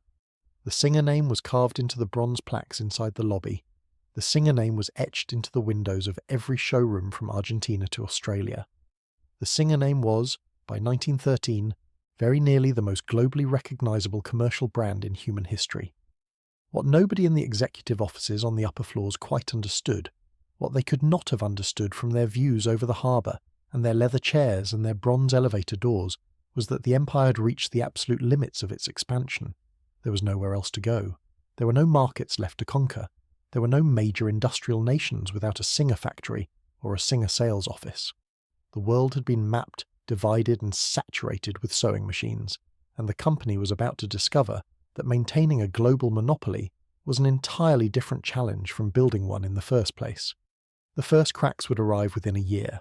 They would arrive in the form of a war that nobody on either side of the Atlantic was quite ready for, and they would mark the beginning of a slow, decades-long process that would eventually transform the largest sewing machine empire in history into the ruined, rusted, weed-choked complex on the Arthur Kill that future visitors would struggle to recognize as a former cathedral of industry. But that part of the story is still to come, and it begins in the summer of 1914, when the first telegrams reached Elizabethport with news that the world had changed. The polished marble lobbies, the bronze elevator doors, the carved name above the cathedral facades, the soft cream-coloured sales brochures arranged in fan patterns on showroom tables, all of it presented one image of the Singer empire to the world. There was, behind that image, a second image, considerably less polished, that the company preferred not to mention in its annual reports. The second image lived inside the factory walls, on the actual production floor, where the actual machines were assembled by actual people, and it was not the kind of image that any sensible marketing department would have chosen to photograph. The conditions on the floor of any large industrial facility in the late 19th and early 20th centuries were, in the unanimous opinion of every modern occupational safety inspector who has ever read the surviving records, genuinely alarming. Singer's facilities, by the standards of the era, were neither dramatically better nor dramatically worse than the comparable operations at Westinghouse, Ford, Carnegie Steel, or any of the other industrial giants of the period, which is another way of saying that they were extremely difficult places to work, and that a generation of historians has had to use polite language to describe what was, by any modern measure, a fairly grim arrangement. A standard shift in the years between roughly 1880 and 1910 ran for 10 to 12 hours, 6 days a week. Sunday off, as a long-standing American and British tradition, was the only consistent rest day in the schedule. The shifts began at 6 in the morning, sometimes earlier, depending on the department and the season. The factory whistle sounded across the surrounding neighbourhood. The workers rose in the dark, dressed by the light of a kerosene lamp, or, in later decades, a single bare electric bulb. They ate whatever cold breakfast their household had managed to put together the night before, and they walked to the factory gates in the pre-dawn gloom, joining a slow stream of other workers doing exactly the same thing at exactly the same hour. They clocked in, removed their outdoor coats, hung them on numbered hooks, and took their places at their assigned workstations. The whistle sounded again. The shift had begun. What followed was 10 or 12 hours of work that, in modern terms, would qualify simultaneously as a physical fitness test, a sensory deprivation experiment, and a small low-stakes lottery in which the possible prizes included a crushed finger, a chemical burn, or a lung full of metal dust. The work was not gentle. The work was not glamorous. The work was not, by any reasonable definition, the kind of thing that anybody chose to do for its own sake. The work was done because the alternative, in most cases, was no work at all, and no work meant no rent, no food, no firewood, and no medical attention if the children at home developed a cough. The most immediate sensory impression on the factory floor was the noise. There were no acoustic dampeners. There were no ear protection devices, no safety regulations requiring such devices, no medical understanding that prolonged exposure to industrial noise caused permanent hearing damage. The sounds that filled the assembly halls were the combined output of hundreds of belt-driven mechanical tools running simultaneously. Lathes, drills, presses, grinders, polishers, riveters, and the long overhead shafts that connected them all to the central steam engine. Each individual machine contributed its own particular tone. The combined effect was a continuous howl that the human ear could neither distinguish into parts nor entirely tune out. Workers who spent any significant time in the larger workshops emerged from their shifts with a persistent ringing that did not go away when they got home. Within a few years, most of them were partially deaf in the higher frequencies. Within 10 or 15 years, most of them were fully deaf. This was so universally understood that older factory workers, particularly those in the foundry and the forge, developed a habit of lip reading and a particular leaning forward, ear-cocked posture that doctors of the period referred to, with no particular sympathy, as the Boilermaker's stance. The second sensory impression was the dust. Every step of the production process generated some quantity of airborne particulate matter, and the particulates varied in size, weight, and chemical composition depending on which department a worker was assigned to. The foundry produced fine black soot from the coke fires, mixed with a slightly grittier ash from the molten iron. The forge produced scale and oxide flakes from the heated metal. The grinding shop, where rough castings were smoothed before being passed to the assembly line, produced an absolutely continuous fog of metal dust so fine that it hung in the air for hours and settled on every horizontal surface within reach. The polishing shop, where the finished components received their final shine, produced its own particular mix of fine metal particles, polishing compound residue and emery dust. The paint shop generated solvent vapours and pigment particles. The wood shop generated sawdust by the cubic foot. Each of these atmospheres, individually, was probably manageable for a few hours. The cumulative effect on a 10-hour shift was that workers came home with their nostrils black, their eyebrows white with mineral residue, and their sleeves stiff with combinations of substances that no laundry of the period could fully remove. The medical consequences accumulated slowly. A worker in his early 20s might notice nothing more than an occasional cough and a tendency to clear his throat repeatedly in the evenings. By his early 30s, the cough had become persistent. By his late 30s, he was struggling to climb stairs without resting. By his 40s, if he reached his 40s in good health at all, his lungs were so scarred by accumulated industrial dust that the slightest respiratory infection could take a serious turn within a matter of weeks. The medical term for the condition was variously described as siderosis, miner's lung, grinder's lung, or simply industrial lung, depending on which doctor was making the diagnosis and which particular dust had done most of the damage. Treatments, in the era before antibiotics, were essentially limited to bed rest, warm broth, and the kind of folk remedies that doctors of the period prescribed when they had nothing else to offer. Life after the shift was, for most workers, only marginally more comfortable than the shift itself. A typical Singer worker, finishing his 10 or 12 hours at the factory in the early evening, walked home through the surrounding streets. Arriving at a small rented apartment or a row house shared with several other families, the apartments were cramped. The plumbing, where it existed at all, was rudimentary. The water for washing was usually heated on a coal stove that doubled as the kitchen, the heating system, and the laundry facility. A worker who had spent 10 hours breathing iron dust would, in theory, want to wash thoroughly before sitting down to eat. In practice, washing thoroughly required either heating multiple kettles of water on the stove, which took an hour and consumed coal that the household could ill afford, or going to a public bathhouse, which charged a small fee and required walking another 20 minutes after a long day on his feet. Most workers compromised.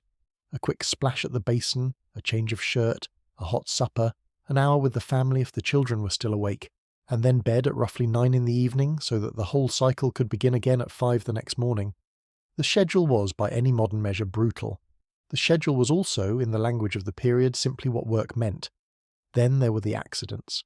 A factory operating at the scale of Singer's major works produced statistically a continuous low background level of physical harm to the workforce, the way a busy highway produces a continuous low background level of dented bumpers. Most of the injuries were minor: a finger pinched in a belt, a foot bruised by a dropped casting, a burn from a misaligned weld, a laceration from a poorly shielded grinding wheel. The factory infirmary, a small clinic staffed by a single doctor and a couple of nurses, handled dozens of these incidents every day, mostly by bandaging the worker and sending him back to his station. Time off the line cost money, and the assumption throughout the period was that minor injuries were the worker's own fault and the worker's own problem. The more serious accidents occurred less frequently, but with considerable regularity. The mechanical workshops with their belt-driven equipment running on overhead shafts were particularly hazardous. A worker who allowed his sleeve to brush against a moving belt could find himself instantly pulled into the machinery, with consequences that the factory records of the period describe in clinical language that does not quite hide the underlying difficulty. The foundry was almost as dangerous, with molten iron, hot crucibles, and the occasional failure of a poorly maintained furnace. The shipping and loading areas had their own particular hazards, involving crushed limbs from improperly stacked crates and slipping on icy loading docks in winter. The total number of serious injuries across the major Singer facilities during the peak production years ran into the hundreds annually. The total number of fatalities in any given year was somewhere between 5 and 20 per major facility, depending on how the company chose to count and what the local newspapers chose to report. Among the workers at the factory, until the labour reforms of the early 20th century gradually drove the practice out of American and European industry, were a substantial number of children. The use of child labour in 19th century industrial facilities is one of those historical realities that modern readers find genuinely difficult to absorb, partly because it sits uncomfortably with the carefully sanitised image of childhood that the late 20th century constructed, and partly because the actual scale of the practice, when laid out in numbers, is larger than most non-specialists realise. Children between the ages of roughly 10 and 14 worked in essentially every major industrial facility in the United States and Britain during this period. The Singer works were no exception. Children worked in the polishing departments, where their smaller fingers could reach into the tight spaces between machine components more easily than adult hands. They worked in the packing departments, folding paper, applying labels, and stuffing the small leaflets of instructions into completed shipping crates. They worked as runners, carrying tools, parts, lubricants, and messages between departments at the kind of full-speed scampering pace that adult workers could not sustain. They worked in the foundry as moulders' assistants, holding rods and cleaning the floor around the casting beds. Their hourly wages were a small fraction of an adult worker's wage, sometimes a quarter, sometimes a fifth, sometimes less. Their shifts were the same length as the adults' shifts. Their working conditions were the same as the adults' working conditions. The only meaningful difference was that they were children, and that they should have been in school, and that they were instead at a factory bench because their families needed every available pair of hands to bring home a wage. The justification, when employers offered any justification at all, was that the children were learning a trade. This was, in a narrow technical sense, true. A boy who spent 6 years working alongside his father in the assembly hall would, by the time he reached 18, be a competent machinist and would be able to draw an adult wage. The girls in the polishing shops, learning the same skills as the women working beside them, would graduate to adult work in their late teens. The system, viewed from the right angle, looked like a kind of informal industrial apprenticeship. Viewed from any other angle, it looked exactly like what it was, which was the systematic employment of children to do demanding work for inadequate wages, because the economy of the period had not yet found any better way to organise itself. The wage structure at Singer, as at every comparable industrial employer of the period, was a carefully maintained hierarchy that reflected the social assumptions of the era far more than it reflected the actual difficulty or productivity of the work being done.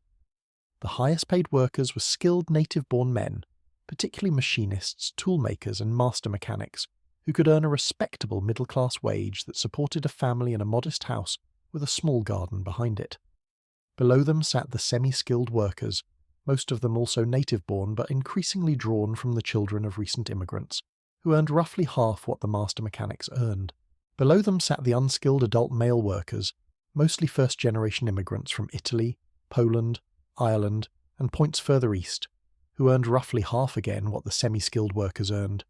Below them sat the women, regardless of skill level, who were paid roughly half what equivalent men were paid for equivalent work. And below them sat the children, who were paid the smallest fraction of all. The system was not a secret. It was not even particularly controversial. The pay differentials were posted in some departments on company bulletin boards. The reasoning was, by the standards of the time, considered perfectly reasonable. Men were assumed to be supporting families. Women were assumed to be supplementing a husband's wage, or saving for their own marriages, and therefore not in need of a full living wage. Immigrants were assumed to be willing to work for less because they had come from countries where wages were lower, and they should be grateful for whatever they got. Children were assumed to be subsidized by their parents, and their wages were considered pocket money rather than primary household income. None of these assumptions held up to particularly close examination. A widow raising 3 children on a polishing shop wage was not, in any meaningful sense, supplementing her husband's wage. An Italian foundry worker was not supporting a family in Italy on the difference between American wages and Sicilian wages, because in most cases his family had come with him to America and lived in a small rented apartment 3 streets from the factory. But the assumptions held up well enough to support the entire wage structure of late 19th century industry for several decades, including across the Singer works. Attempts by workers to organize, to bargain collectively, or to challenge any aspect of the wage and working condition structure were met with consistent and ruthless opposition from Singer management. This was, again, not unique to Singer. American and British industrial employers of the period treated union activity as something between a personal affront and an existential threat. Workers known or suspected of organizing were dismissed without warning, blacklisted across the industry, and in some cases discouraged by hired private security firms whose methods were colourful enough that even the courts of the era occasionally took notice. The Pinkerton Agency, which provided this kind of service to many American industrial employers, was particularly active in the suppression of union activity at large manufacturing concerns throughout the 1880s and 1890s. Singer's specific approach to union suppression was relatively sophisticated by the standards of its competitors. The company maintained a dedicated department within its administrative offices, never publicly named but understood internally as the Labour Relations Office, whose job was to monitor union activity, identify potential troublemakers, and arrange for their removal before they could organise anything substantial. The methods were not always heavy-handed. Sometimes a suspected organiser would simply be reassigned to a remote department, where his ability to influence others was minimal. Sometimes he would be offered a small promotion in exchange for keeping quiet. Sometimes he would be quietly informed that his employment was no longer needed, and provided with a reference letter that, when shown to other potential employers, contained subtle codes indicating that the bearer was not to be hired. The codes varied from era to era and company to company, but they were widely understood among industrial employers and effectively functioned as a blacklist that no individual worker could see and no individual worker could fight. The result of this systematic suppression was that, despite the genuinely difficult working conditions at Singer's major facilities, organised labour activity at the company was rare and almost always short-lived. Smaller incidents occurred periodically, isolated department-level disputes that flared up and died down within days. Larger incidents were almost unknown. The workforce, for the most part, swallowed its grievances and kept working, because the alternative was unemployment in an era when unemployment could destroy a family within weeks. This relative quiet held throughout the 1880s, the 1890s, and the first decade of the new century, and then, in March of 1911, at the enormous Clydebank facility in Scotland, the quiet ended. The trouble began, as factory troubles often began in that era, in a small department over a small grievance. The polishing shop at Clydebank employed roughly 400 women, working in long rows at individual workstations, polishing the cast iron and steel components that would later be assembled into finished sewing machines. The polishing work required precision, patience, and a steady hand. The women in the department had been doing it for years, in some cases for more than a decade. They knew the work. They knew exactly how long each piece should take. They knew, with the kind of detailed personal knowledge that only experienced workers can have, what was reasonable and what was not. The polishing shop had its own culture, separate from the rest of the factory. The women had nicknames for each other, for their tools, for the various components that passed through their hands. They had a rotating informal system for covering each other when one of them needed a few minutes for a personal matter. They sang occasionally, in low harmonies that the factory noise mostly drowned out, but that the women themselves could hear, faintly, just enough to keep their rhythm. They were, by any reasonable measure, a community within the larger factory. They knew each other's children. They attended each other's weddings. They covered for each other when somebody's baby was sick at home and a sister or aunt was watching it. The shop, in human terms, was not just a workplace. It was a small society with its own internal customs and its own internal expectations of fair treatment. In March of 1911, the management of the Clydebank Works, looking for ways to increase production without significantly increasing labour costs, announced a reorganisation of the polishing shop. The reorganisation required each woman to polish additional components per hour for the same wage. The increase was, in the calculations of the management, modest. In the experience of the women actually doing the work, The increase was impossible without cutting corners on quality, which would later be blamed on the women themselves when the quality slipped. The women objected. The management replied that the objection would not be considered. The women objected again, this time more formally, through a deputation of senior workers who requested a meeting with the floor supervisor. The meeting was held. The deputation made its case. The supervisor listened with no visible interest. The supervisor concluded the meeting by informing the deputation that the reorganization would proceed as announced, and that any worker who was unwilling to meet the new productivity targets was free to seek employment elsewhere. The deputation returned to the polishing shop and reported the conversation to their colleagues. The colleagues considered the matter briefly. Then 12 of the most senior women in the department walked off the job in protest. The management, predictably, responded by firing all 12 of them. What happened next was the kind of thing that the management could not have anticipated, and that in retrospect demonstrated how badly they had misjudged the temper of their workforce. The firing of the 12 polishing women, instead of intimidating the rest of the department into submission, had the opposite effect. Word spread through the factory at the kind of speed that gossip can only achieve in industrial workplaces, where workers from a dozen departments cross paths in shared corridors, lunch areas, and the long shuffling lines at the factory gates at shift change. By the end of the day, every worker at Clydebank knew what had happened. By the next morning, the entire workforce was discussing what to do about it. What they did about it was, by any measure, extraordinary. On the morning of the 21st of March, 1911, approximately 10,000 workers at the Clydebank factory walked off the job in solidarity with the 12 fired women. 10,000 workers, essentially the entire active workforce of the largest sewing machine factory on Earth. The clock tower above the main entrance struck the morning hour. The whistle blew, and instead of moving to their workstations, the workers moved to the gates. They walked out into the streets of Clydebank in a single enormous wave. Production at the factory stopped. The strike that followed was, by the contemporary standards of British industrial action, gigantic. The number of workers involved made it one of the largest single labour actions in Scottish history up to that point. The visibility was immediate and unavoidable. Newspapers across Britain covered the action within days. Politicians began making careful statements. Trade union organisers, who had been making no progress at Clydebank for years, suddenly arrived in the town in considerable numbers, offering support, advice, and the kind of organisational expertise that the spontaneous striking workforce had not previously had access to. Among them was a young woman named Mary MacArthur, who had spent the previous decade organising women workers in the British textile and garment industries, and who recognised immediately what the Singer strike could become if it was handled correctly. Other figures who would later become important in the British labour movement also made their way to Clydebank in those weeks, although in March of 1911 they were simply factory workers and union organisers trying to figure out what to do next. The demands of the strikers were, in the beginning, modest. Reinstatement of the 12 fired women, reversal of the polishing shop reorganisation, an acknowledgement from the management that workers had the right to be heard before unilateral changes to their working conditions were imposed.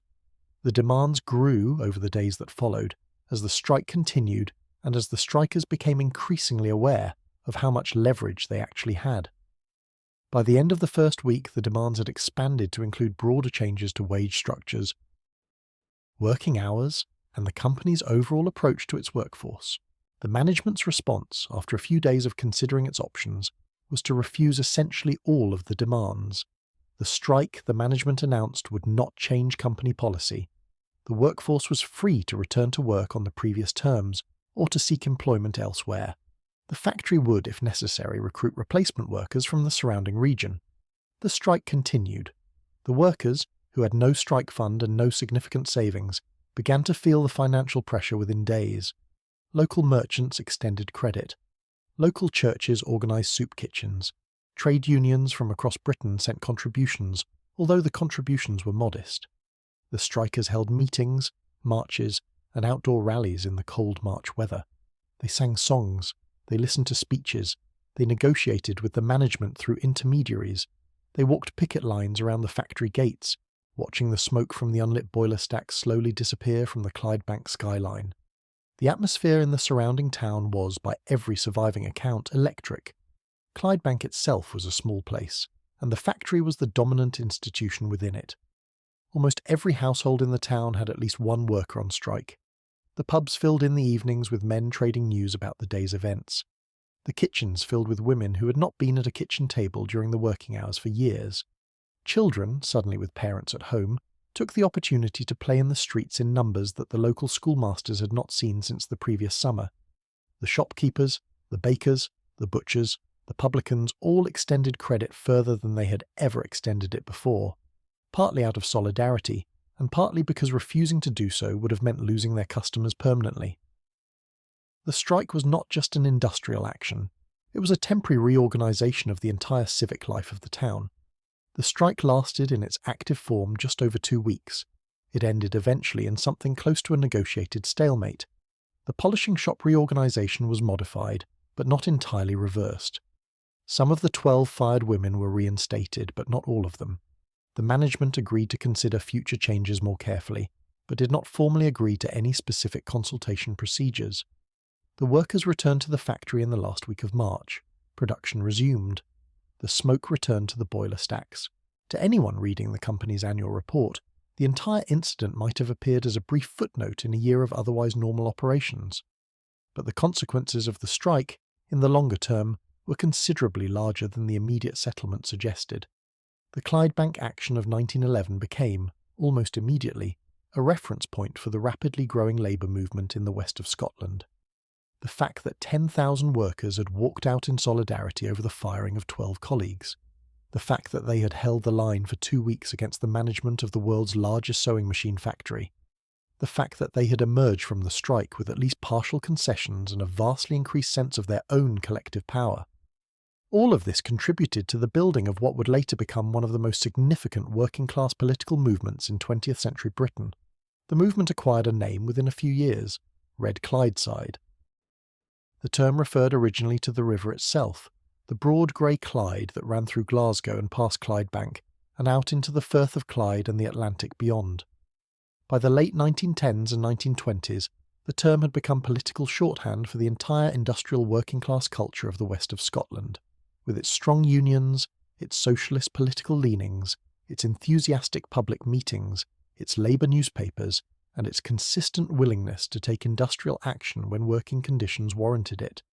The Singer Strike of 1911 was, in the historiography of the movement, one of the early defining events. Later strikes, marches, and political campaigns through the First World War and into the post-war period would build directly on the precedent established by the polishing shop walkout and the 10,000 workers who had backed it. The Singer management in the years that followed was forced to adjust some of its practices. Wage structures were modified slightly. Working conditions improved slightly. The use of children was gradually reduced, partly in response to changing labour laws and partly in response to growing public attention to the practice. The Labour Relations Office continued to function, but more discreetly. Unions, although still resisted, were no longer treated as quite the existential threat they had once been. The company, in its own slow institutional way, was beginning to acknowledge that its workforce had a voice, and that that voice could occasionally be loud. The American side of the company watched the Clydebank events with considerable attention. Memos circulated within the executive offices of the Singer Building in Manhattan, discussing the lessons that might be drawn from the Scottish strike and the precautions that might be taken to prevent similar incidents at Elizabethport, Bridgeport, and the smaller American facilities. The precautions, as it turned out, mostly involved the same kinds of careful surveillance and quiet dismissals that had been the standard practice for decades, applied with slightly more attention and slightly less heavy-handed enthusiasm. The American workforce, fragmented across many ethnic communities and lacking the kind of geographic concentration that made Clydebank such a powerful organising environment, was somewhat easier to manage. Strikes did occur at the American facilities over the following decade, but none of them ever reached the scale of the Scottish action, and most of them were settled within days rather than weeks. What nobody quite realised in 1911, neither the workers nor the management, was that the era of Singer's confident industrial dominance was about to be tested by something far larger than any internal labour dispute. The political and economic certainties that had supported the company's expansion for 60 years were, by the early 1910s, beginning to weaken in ways that were not yet obvious from the executive offices on Broadway. The European powers were arming themselves, alliances were tightening, The diplomatic system that had kept the great industrial nations at peace for nearly a century was creaking under stresses that would, within a few years, snap entirely.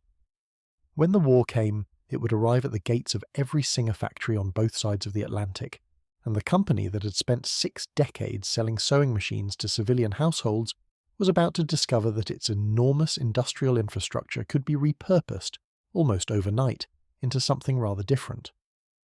The telegrams arrived at the Elizabethport offices in the first week of August 1914. They were short, urgent, and entirely changed in tone from anything the company had received in the previous half-century of operation. The European war that had been theoretically possible for years, that diplomats had been quietly warning about for months, had become real. Germany had crossed into Belgium. Britain and France were mobilizing. Russia was already on the move. The European factories of the company, including the enormous Clydebank works and the substantial Podolsk operation, were suddenly sitting inside the territory of countries that were either about to fight a major war or, in the case of Britain and Russia, already fighting one. The senior management in New York read the news with the kind of expression that had not appeared on a Singer executive's face since the patent wars of the 1850s. There were emergency meetings. There were telegrams back and forth across the Atlantic. There were conferences with the company's lawyers, the company's bankers, and the company's longest-serving European managers. Within 10 days of the British declaration of war on Germany, the broad outlines of a wartime strategy had been sketched out on the back of an envelope and approved by the board, in the kind of executive decision-making process that modern corporate governance experts would consider, with some justification, completely insane. The strategy was simple: take every government contract that any Allied government was willing to offer, retool the existing factories as quickly as possible to produce whatever the military authorities needed, suspend civilian sewing machine production wherever the demand had collapsed anyway, which was rapidly becoming most of the European market, and ride the war wherever it went, knowing that government contracts paid promptly, paid well, and required none of the messy consumer marketing that had occupied the company for the previous 60 years. The retooling began almost immediately. At Clydebank, the British Admiralty arrived within weeks with requirements for artillery shell casings, primarily the standard British 18-pounder field gun round, which was the workhorse projectile of the British Army's field artillery throughout the war. The shop floor, which had been turning out polished black sewing machine cabinets the previous month, now began turning out steel shell bodies machined to precise dimensions and ready to be filled with explosive at a separate munitions facility. The transition was, by every account, surprisingly smooth. The machine tools, the lathes, the precision drills, the careful quality control procedures that had been developed for sewing machine production turned out to be almost ideally suited to artillery shell production. The same skilled workers who had been making bobbin cases on Friday were making fuse housings on Monday. The training period was, in many cases, less than a week. At Elizabethport, the same transformation was underway. Although with a delay of nearly 3 years, because the United States did not enter the war until April of 1917. When the American entry finally arrived, the company moved with extraordinary speed.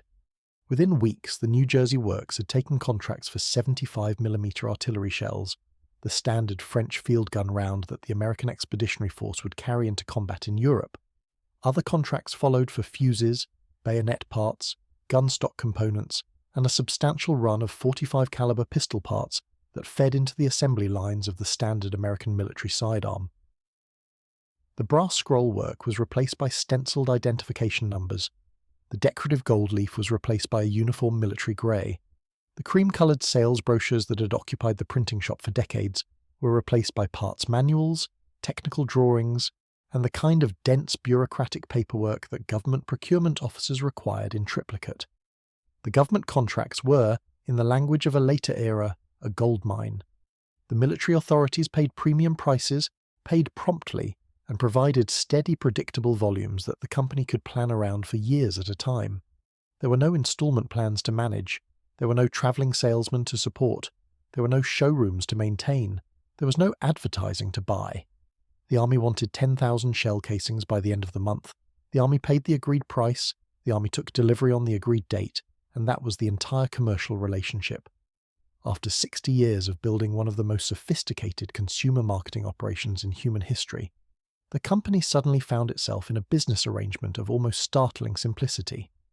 Some of the older executives who had spent their entire careers managing the complexity of household sales allegedly admitted in private that they found the wartime business considerably more relaxing.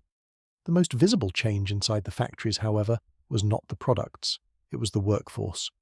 With millions of young men being drawn out of civilian employment and into the trenches of the Western Front, the existing male labour force at every major Singer facility began to thin out within weeks of the war's beginning.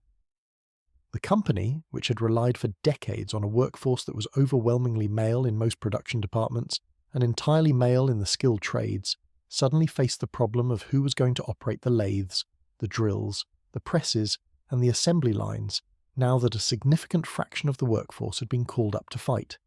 The answer was women. Not in the polishing shops, where women had always worked, and not as casual office help, where women had been employed in modest numbers for years. The answer was women on the production floor itself, in every department, in every skilled trade, operating equipment that the company's own internal training materials had described, until very recently, as too complex for female workers to handle. The Clydebank works absorbed thousands of women into positions that had been exclusively male the previous year. The Elizabethport works did the same starting in 1917. By the middle of the war, female workers represented a significant percentage of the production workforce at every major facility, and in some departments they represented an outright majority. What the women immediately demonstrated, to the considerable surprise of the company management, was that they could do the work perfectly well. The notion that female workers were incapable of operating machine tools, which had been treated as a kind of natural law throughout the previous century of industrial production, evaporated within months of the first wave of wartime hiring. The women trained quickly, they learned the equipment, they met the production targets, they produced shell casings, gun parts, and assembled components at quality levels that the male workers had set as a baseline, and that the female workers, in many cases, exceeded. The supervisors, who had been skeptical when the wartime hiring began, were left in the slightly awkward position of having to explain why exactly the company had not been employing women in these roles all along. The official answer, of course, was that the women were a temporary expedient. They were filling in for the absent men. They would be returning to their previous domestic situations or to lower-paid female-coded work as soon as the war ended and the men came home. This narrative was repeated in management memos, in newspaper articles, in government propaganda, and in the polite conversation of the period. The narrative was also, in retrospect, almost entirely wrong, but the wrongness would not become fully visible for several decades, and the immediate wartime priority was simply to keep the production lines running. The wartime production figures, when they were eventually tabulated after the conflict, were astonishing. The Clydebank facility, over the course of the 4 years of the European War, produced something like 350 million artillery shells, fuses, and related munitions components. The Elizabethport facility, during its 18 months of active wartime production, produced tens of millions of comparable items. The total contribution of Singer's industrial infrastructure to the Allied war effort was, by any reasonable measure, substantial. The company emerged from the conflict in November of 1918 with healthy profits, an expanded workforce, modernized equipment, and the kind of close working relationship with Allied military procurement offices that would prove extremely useful when the next war arrived, which, as everyone now knows in retrospect, was sooner than anybody in 1918 wanted to admit. The interwar period, the 20 years between the November armistice of 1918 and the German invasion of Poland in September of 1939, was a peculiar interval in Singer's corporate history. On the surface, things returned to normal. The shell-making lines were retooled back to sewing machine production. The women in most production departments were quietly let go and replaced by returning male veterans. The military contracts dwindled and disappeared. The company resumed its peacetime business model of selling household machines through showrooms to civilian customers on installment plans. The annual reports returned to discussing global market share, retail expansion, and product line refinements rather than shell casing volumes and government delivery schedules. Underneath the surface, however, the company was facing a slower, less dramatic problem that nobody quite knew how to solve. The market for new household sewing machines was, by the 1920s, approaching saturation. The decades of explosive growth that had built the empire had been driven by selling machines to households that did not yet have them. By 1925, the great majority of American and European households that wanted a sewing machine already owned one. The replacement market existed, but it was modest, because a well-maintained Singer machine could last for 50 years or more without serious problems. The export markets in less developed regions continued to grow, but slowly. The fundamental economic situation that had supported a workforce of tens of thousands and a global network of 60,000 salespeople was beginning, very gradually, to shift. The company responded with a combination of new product lines and aggressive marketing. Electric sewing machines, which began to appear in the late 1880s but only became commercially significant in the 1920s, offered a reason for existing customers to upgrade. Specialized industrial machines for clothing manufacturers, leather goods producers, and the rapidly expanding garment industry provided new growth segments. The installment plan, the showrooms, the female demonstrators, all of the apparatus that had built the original empire continued to operate, although increasingly the message was about replacement and upgrade rather than first purchase. The Great Depression of the 1930s hit the company hard but not catastrophically. Sales fell, some factories cut shifts, some workers were laid off, some showrooms were closed, but the company was financially solid, with no significant debt and substantial cash reserves, and it weathered the worst years of the Depression in better shape than many comparable industrial firms. By the late 1930s, sales had stabilized, factories were running on something close to a normal schedule, and the company was looking forward to a steady, modest, somewhat boring future of incremental product improvements and gradual market expansion. Then the telegrams arrived again. The second wave of telegrams reached the Elizabethport offices in September of 1939, with the German invasion of Poland. The British and French declarations of war followed within days. The Clydebank facility, which had spent 20 years rebuilding its civilian production base, suddenly found itself, once again, the subject of urgent attention from the British Admiralty. Within weeks of the September declaration of war, military procurement officers were arriving at the factory gates with requirements lists, drawings, and the kind of expectant expression that suggested the conversion had better start happening rather quickly. The factory complied. Within months, the Clydebank shop floor was turning out shell casings, gun parts, and bomb fuses on the same machine tools that had been producing civilian sewing machines through the previous summer. The retooling, this time, was even faster than it had been in 1914, because the institutional memory of the first conversion was still alive in the form of older workers and supervisors who remembered exactly how it had been done before. The American side of the company watched the European events with a complicated mixture of professional interest and political reluctance. The United States was not yet at war. The American political mood through 1939 and 1940 was overwhelmingly isolationist.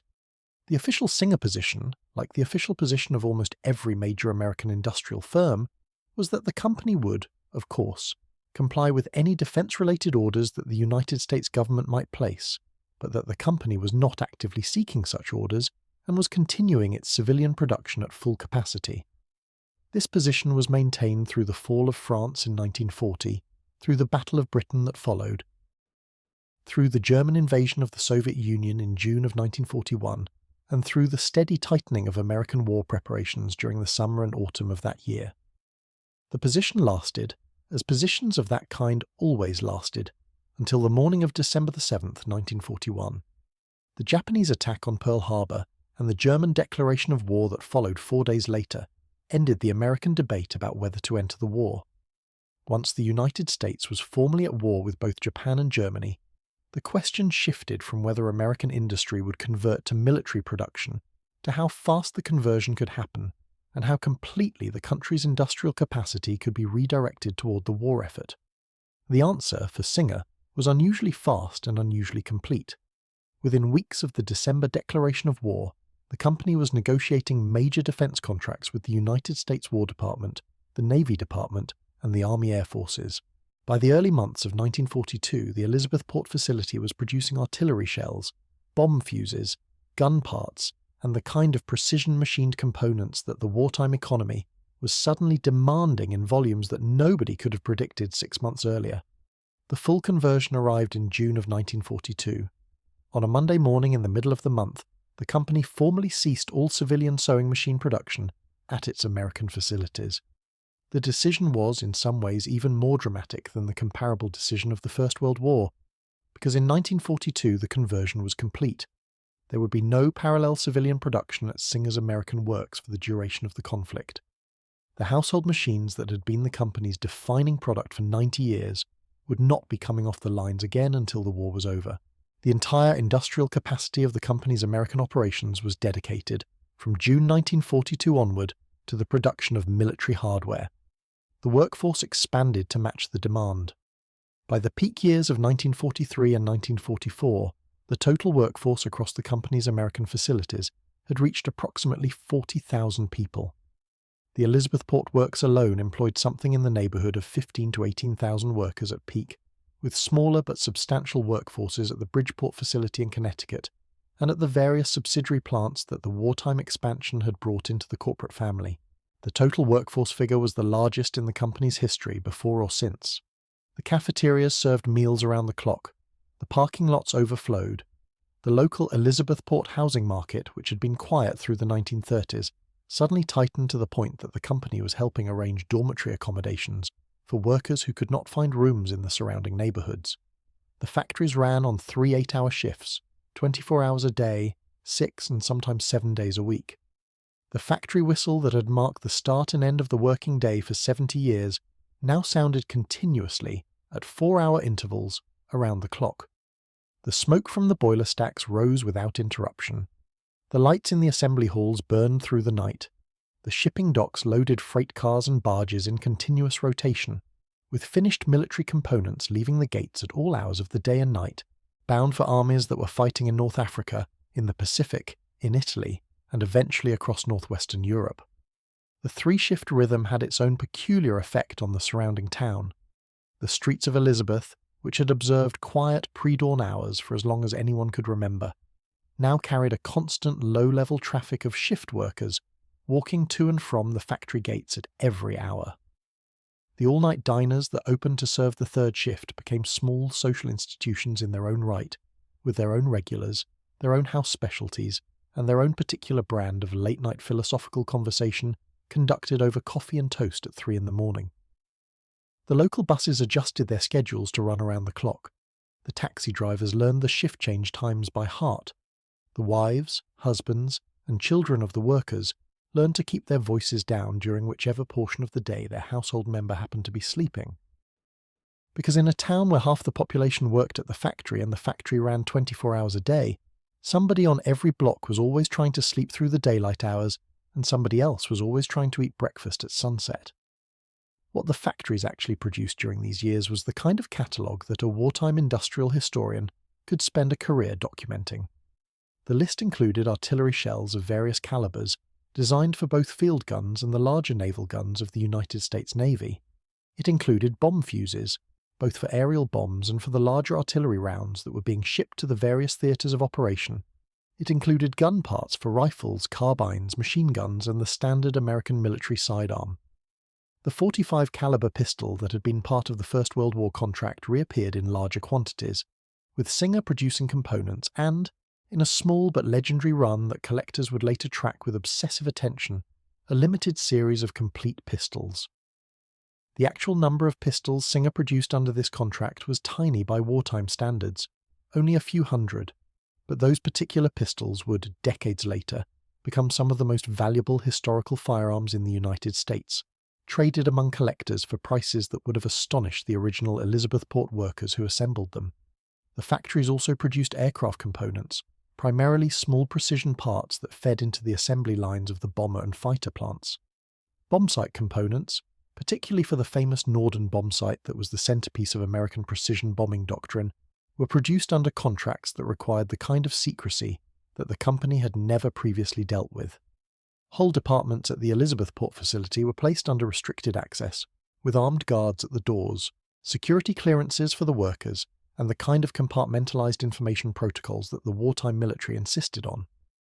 Workers who had spent their entire careers polishing visible decorative scrollwork on sewing machine cabinets now found themselves machining components for navigation devices that they were not allowed to discuss with their spouses, their friends, or even with workers in other departments of the same factory. The list of items produced by the company during these years grew longer with each passing month of the war. Tank parts, submarine fittings, mortar components, naval gun mountings, detonator housings, anti-aircraft shell casings, landmine fuses, various components for vehicles that were being assembled at the great automobile plants of Detroit, which had themselves been converted entirely to war production. The Elizabethport Works became, in effect, a general-purpose precision machining facility that could produce essentially any small to mid-sized metal component that the military authorities needed, in the volumes that they needed, on the schedules that they demanded.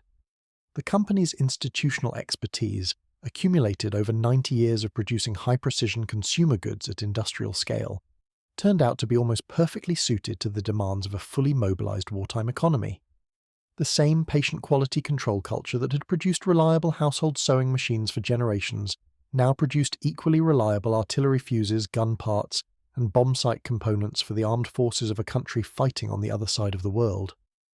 The homefront culture that grew up around the wartime factories was, in retrospect, one of the more remarkable social phenomena of 20th century American life. Workers carpooled to save gasoline. Local rationing boards distributed coupons for sugar, butter, meat, and fuel. The cafeteria menus reflected the rationing realities, with substitutes appearing for various staple foods that were in short supply.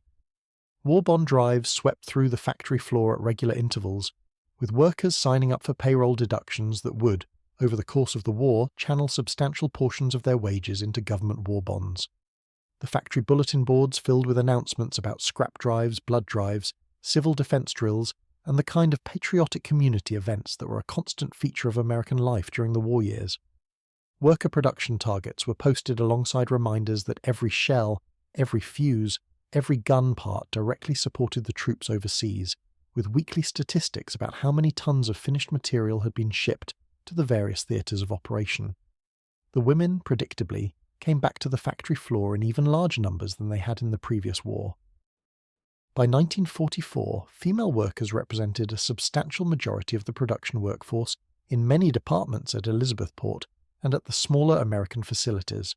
The training was faster, the integration was smoother, the pay was, in many cases, equal or close to equal to what male workers in comparable positions had been earning the previous year, although the company maintained certain wage differentials that, in retrospect, looked considerably less defensible than the wartime authorities and the post-war labour movement would accept. The women who came in during the war years included married women whose husbands were overseas, single women who had grown up watching their mothers run households during the First World War, recent high school graduates whose original career plans had been disrupted by the conflict, and the kind of older women who would, in any other era, have considered factory work outside their social range, but who entered the workforce during the war because the patriotic culture of the period treated such work as a contribution to the war effort, rather than a step down the social ladder.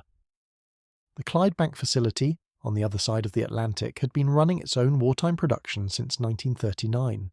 The British contracts there continued through the entire conflict, with shell production, bomb component production, and various small arms parts coming off the lines without interruption from September of 1939 through to the German surrender in May of 1945. The factory was a target of considerable interest to the German Air Force during the early years of the war, and the Clydebank area was bombed extensively over 2 consecutive nights in the spring of 1941, in what became known locally as the Clydebank Blitz. The damage to the surrounding town was extraordinary. Out of roughly 12,000 houses in Clydebank, only 7 remained completely undamaged after the 2 nights of bombing. Most of the town's population was rendered temporarily homeless. The civilian casualties were heavy. The Singer Works themselves, although hit several times, suffered less damage than the surrounding residential neighbourhoods, partly because of the relatively isolated location of the factory, and partly because of the various air defence measures that the British military had put in place around critical industrial sites. The factory continued production through the bombing campaigns, with workers commuting to the gates over debris and broken glass, and with the morning whistle sounding above neighbourhoods where entire streets had been reduced to rubble overnight. The image of the great clock tower still standing above the ruined town, its 4 faces marking the working hours over the wreckage of the houses around it, became one of the enduring photographs of the British home front, reproduced in newspapers across the country, and used in government propaganda campaigns about the resilience of British industry under enemy attack. By the spring of 1945, the wartime production economy was running at the absolute limits of its capacity. Then, with the kind of speed that nobody had quite expected, the war ended. The German surrender came in May. The Japanese surrender followed in August, 3 months after the dropping of the atomic bombs on Hiroshima and Nagasaki. Within days of the formal end of hostilities, the United States War Department began cancelling outstanding contracts. Within weeks, the cancellations had spread to almost every defence contract the company held.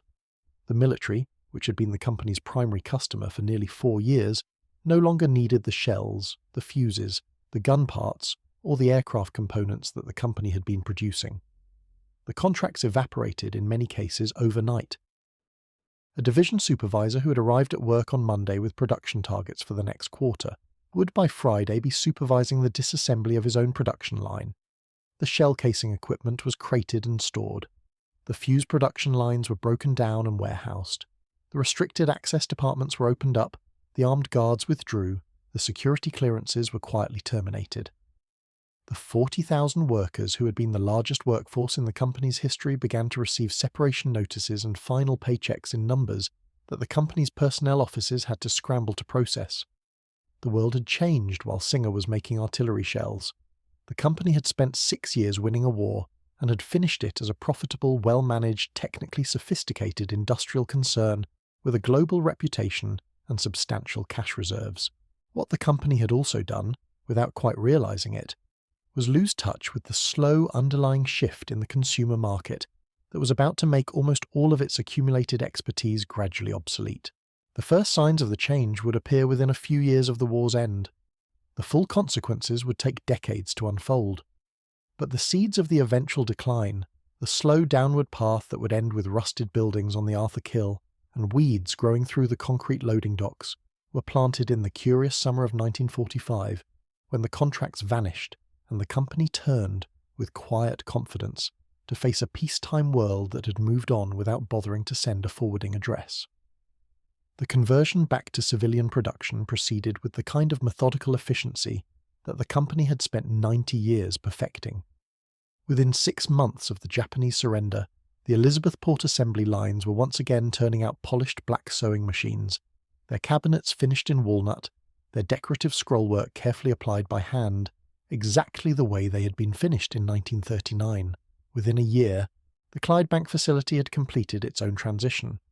Within 2 years, the global sales network had reopened showrooms in every major city that had not been bombed flat, restocked its inventory, and resumed the patient business of selling sewing machines to households the way it had been doing since the 1850s.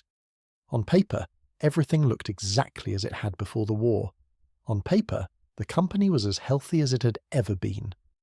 The problem with the paper version of post-war Singer was that the underlying economic and cultural reality no longer matched it. The household sewing machine, which had been a near-universal essential of American domestic life from roughly 1880 onward, was, by the early 1950s, beginning to drift quietly into the category of optional household equipment. The drift was slow at first. It was so slow that the management did not notice it for years. But every single individual trend that mattered for the long-term health of the company was moving in the wrong direction at once, and the cumulative effect would, over the following 2 decades, take the largest sewing machine manufacturer in the world and reduce it to a financially troubled middle-aged conglomerate with no clear sense of what it actually wanted to be when it grew up. The first problem was market saturation. The household sewing machine, by the late 1940s, had been sold to essentially every American and European family that wanted one and could afford one. The decades of explosive growth that had built the original empire had been driven by the simple fact that millions of households did not yet own the product. By 1950, nearly all of those households did own one, and here the company ran into a problem that was, by its own internal standards, almost embarrassing. The machines were too good. A properly maintained Singer machine could run, with no major repairs, for 40 or 50 years. A great many households still owned the cast-iron treadle machines their mothers or grandmothers had bought before the First World War, and those machines were still working perfectly. The replacement market existed, but it was modest, because nobody needed to replace a piece of equipment that worked exactly as well as the day it was bought. The company had, in the long arc of its own success, built itself out of a customer base. The second problem was the arrival of serious international competition. For more than half a century, the company had operated in something close to a global monopoly, with smaller competitors occupying narrow regional or specialty niches. That comfortable arrangement began to come apart in the late 1940s, when a wave of Japanese manufacturers, supported by the post-war reconstruction policies of the occupying American government, began producing sewing machines for export at prices that nobody in the established industry could match. The Japanese machines were initially crude. The first wave of imports was widely dismissed by Singer executives as low-quality knockoffs that would never threaten the established market. This dismissal was, in retrospect, exactly the kind of judgment that companies make right before they get hit by a freight train they have decided not to look at. The Japanese machines improved rapidly. By the early 1950s, manufacturers like Brother and Genome were producing machines that were nearly as reliable as the Singer originals, at prices that ran 20 or 30% lower. By the late 1950s, the price differential had widened further, and the reliability differential had effectively closed. By the mid-1960s, the Japanese machines were, in some categories, better engineered than the Singer equivalents, with features like zigzag stitching, free-arm convertibility, and lightweight portable designs that the company's heavy cast-iron American-built machines could not match without a major redesign. The German manufacturers, particularly Pfaff and Bernina, joined the assault from the high end of the market, offering precision-engineered machines that appealed to serious enthusiasts and that left Singer occupying an increasingly squeezed middle. The third problem was the company's own response, which was, by every measurable standard, slow, complacent, and rooted in a belief that the brand name alone would carry the day. Singer's senior management in the 1950s was, almost without exception, composed of men who had spent their entire careers inside the company, who had risen through the ranks during the great expansion years of the 1900s and the wartime mobilization, and who could not quite bring themselves to believe that the company's position could be seriously threatened. The brand was iconic. The brand was global.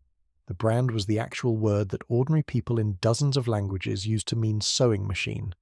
The brand surely would protect the company against whatever cheap competitors might appear in the short term.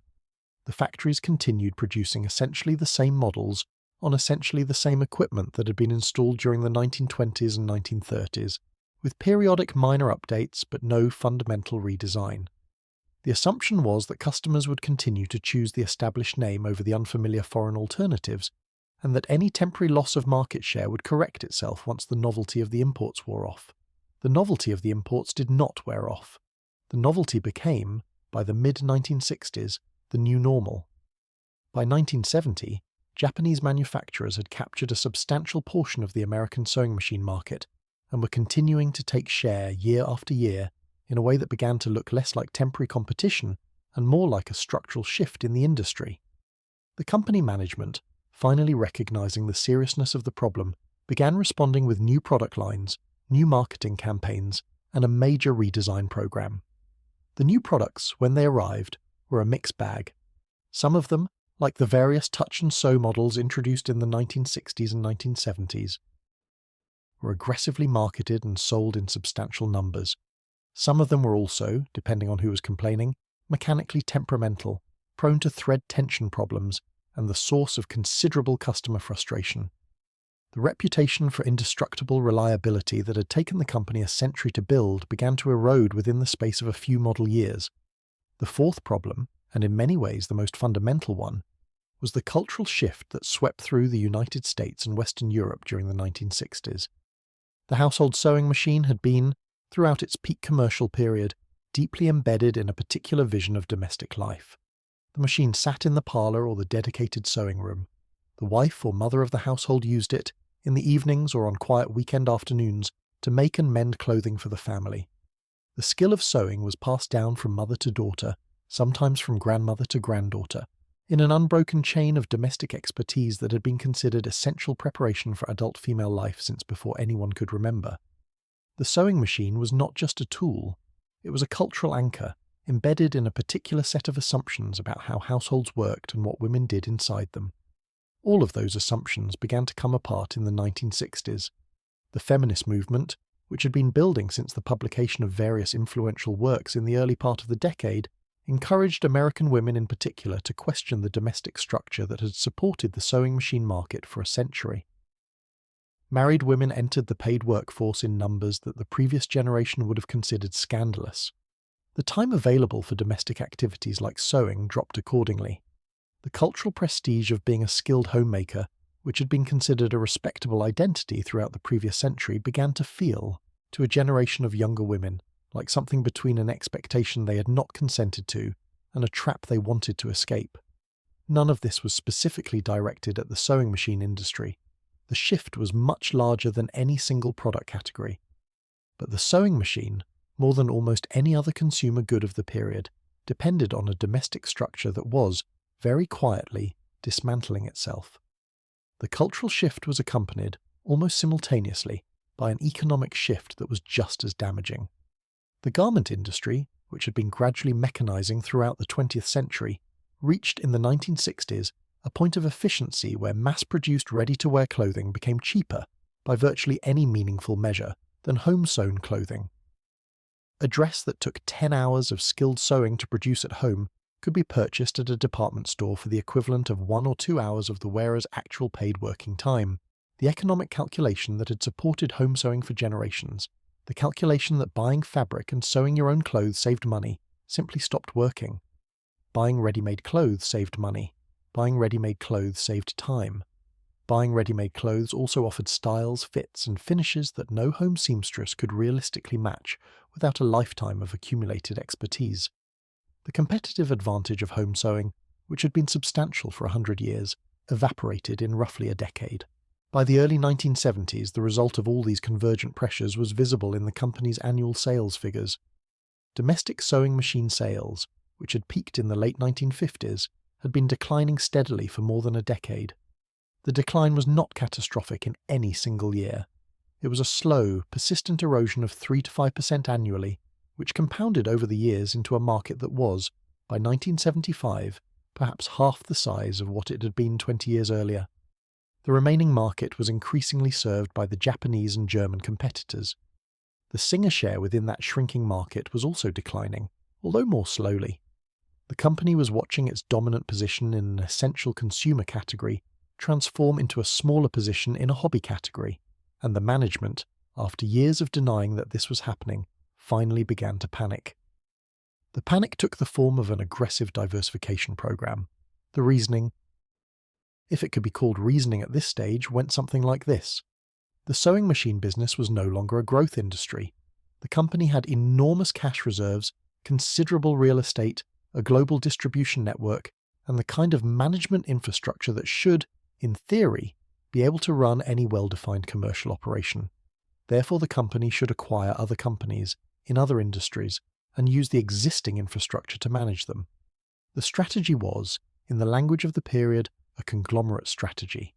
It was being adopted by many of the great American industrial firms of the era, several of which were trying to outrun similar problems in their own original markets. The strategy was, in retrospect, almost universally a disaster, but in the late 1950s and through the 1960s, it had the comforting appearance of a serious response to a serious problem, and many companies pursued it with enthusiasm. Singer was no exception. Through the late 1950s and the 1960s, the company acquired or partnered with a remarkable assortment of firms in industries that had essentially nothing to do with sewing machines.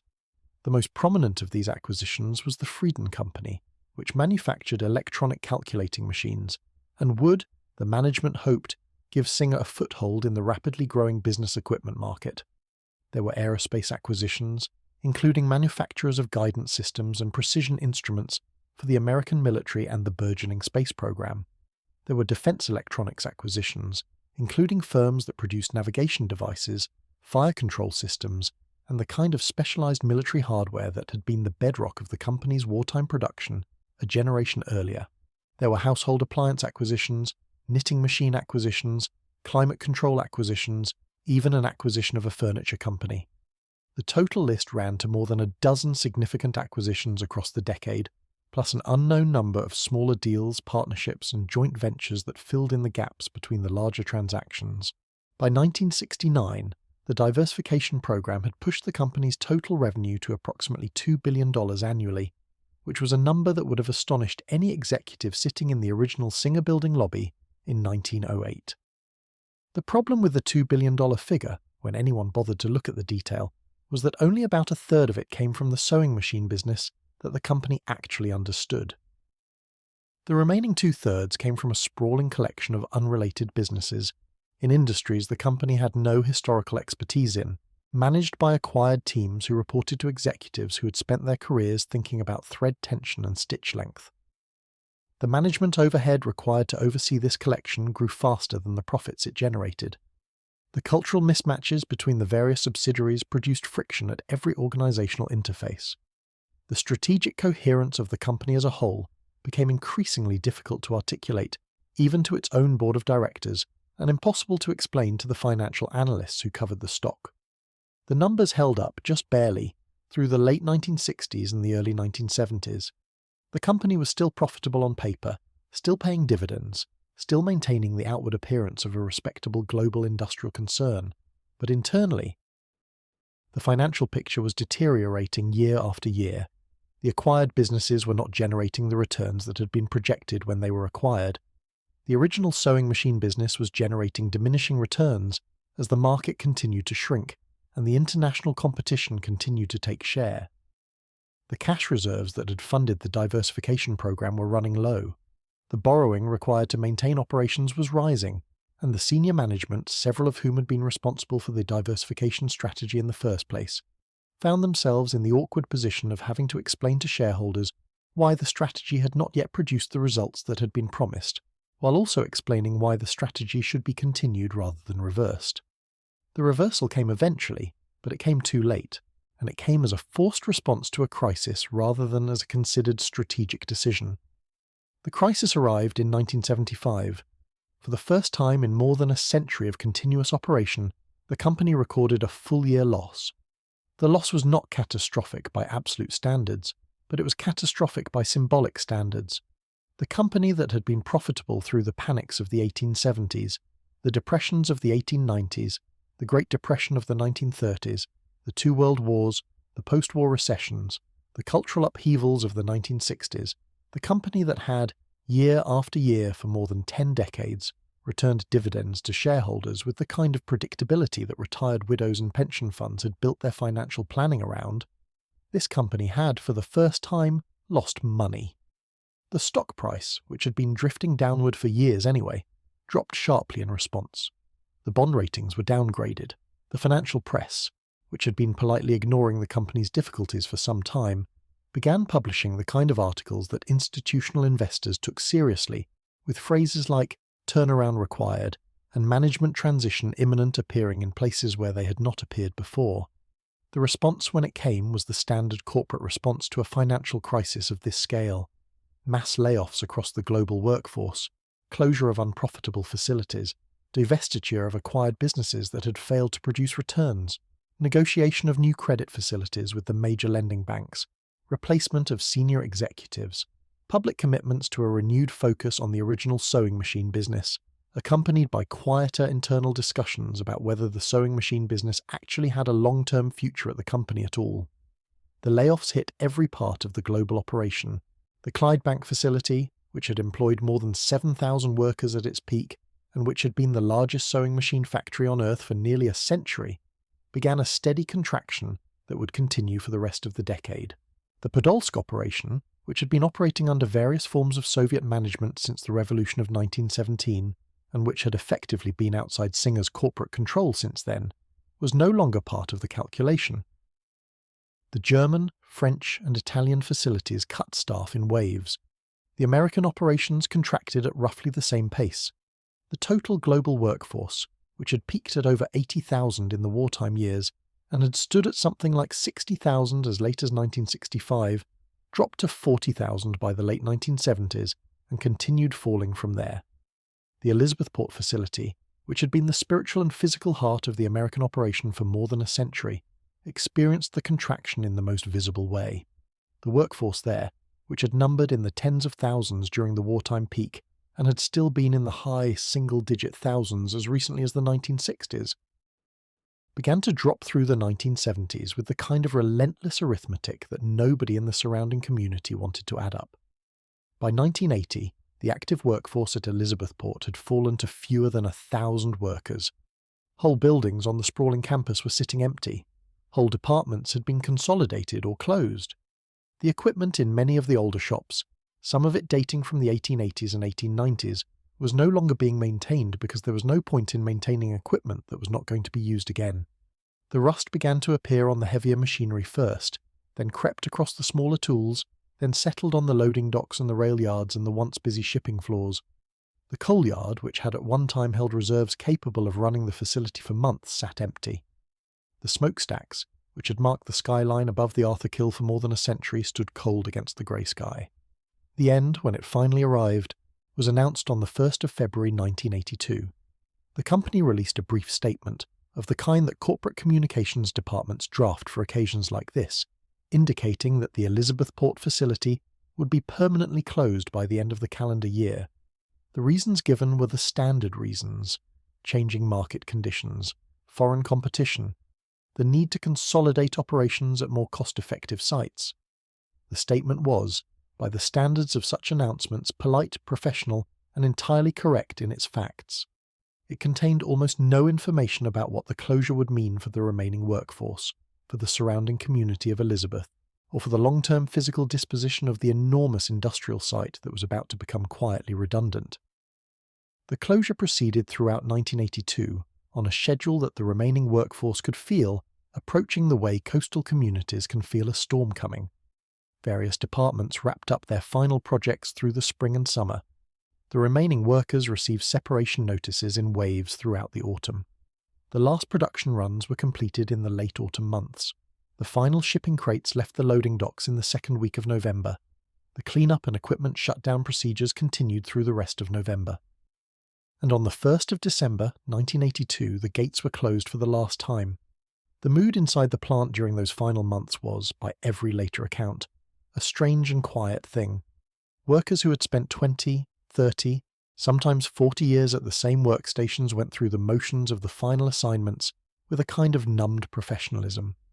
Some of them brought cameras and took photographs of their machines, their benches, the view from their stations across the floor of the great assembly hall. Some of them collected small mementos, a polished bobbin case, a scrap of decorative scrollwork, a factory identification badge from a department that no longer existed. The older workers, many of whom were the children of workers who had built the place in the late 19th century, spoke quietly to each other about family members who had worked at the plant in earlier decades, about the Depression years when the factory had carried families through, about the wartime shifts and the boom years and the long, slow decline that had brought everyone to this final autumn. The younger workers, the ones who had only been at the plant for a few years and who had taken jobs there expecting a career, did the math on what they would need to do next and where they would need to go to do it. The middle-aged workers, who had families to support and mortgages to pay, and not enough years left to retrain into entirely new occupations, faced the future with the kind of careful silence that men and women of that generation had been raised to maintain. There was no ceremony, there was no commemorative event, there was no public address by senior management, no speech by a visiting dignitary, no reminiscence by the older workers about the decades of work they had given to the company. The closing of the largest single sewing machine factory ever built in the United States, the symbolic heart of one of the most successful industrial empires in American commercial history, the place where roughly 1 million machines per year had been produced for most of the previous century, ended with the turning of a key and a final padlock by a single security guard whose name is not preserved in any surviving record. The remaining workers had been let go in the preceding weeks. The building stood empty. The lights were turned off, department by department, over the course of the final day. The whistle, which had marked the working hours of Elizabeth for 110 years, did not sound on December 2nd because there was nobody left at the facility to hear it sound. The continuous operation of the Elizabethport Works, which had begun in the spring of 1872 and had run, with interruptions only for civil emergencies and brief retooling periods, for the next 11 decades, had ended. The corporate side of the story continued for another few years, with declining significance. In 1986, the parent company, which by that point had been renamed and reorganized multiple times, and which was operating as a sprawling defense electronics conglomerate with a small sewing machine division attached, formally separated the sewing machine business from the rest of its operations. The reasoning as articulated at the time was that the two parts of the company had nothing in common, served different markets, required different management approaches, and would both be better off as independent entities. The corporate language used was the standard corporate language of such occasions. The reality, somewhat less polished, was that the sewing machine business had become an embarrassing reminder of the company's failed strategic direction over the previous quarter-century, and the parent firm was eager to dispose of it. The separated sewing machine business operated under various corporate structures over the following years, eventually settling into an entity called the Singer Company NV, registered in the Netherlands Antilles and managed from a handful of offices in different countries. The business continued. The brand still meant something in international markets, particularly in developing countries where mass-produced ready-to-wear clothing had not yet displaced home sewing to the extent that it had in the United States and Western Europe. Sewing machines were still being produced, although now mostly under contract in factories in Asia, particularly in China and Vietnam and Thailand, where the labour costs were a small fraction of what they had been at Elizabethport in its final years. The machines were still being shipped, still being sold, still being used in households around the world. The name on the cabinet was still Singer.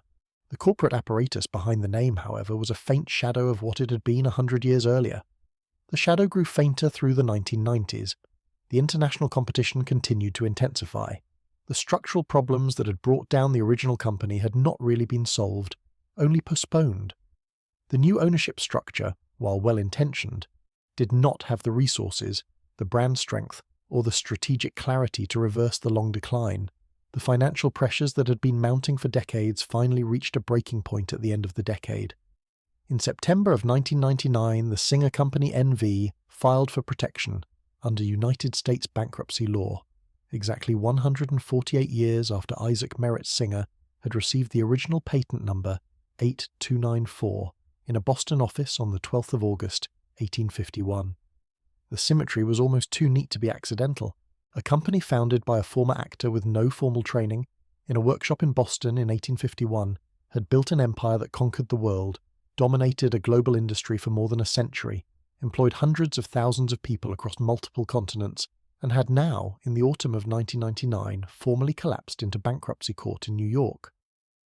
The number of years between the founding patent and the bankruptcy filing was the same number of years that a healthy human being might, in 1999, expect to live, twice over.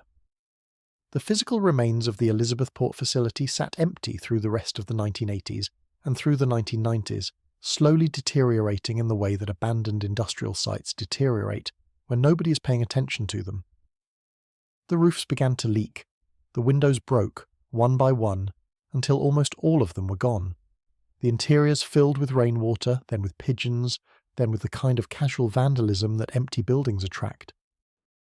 The local authorities, the developers, the various entities that took theoretical responsibility for the site over the years, all faced the same problem.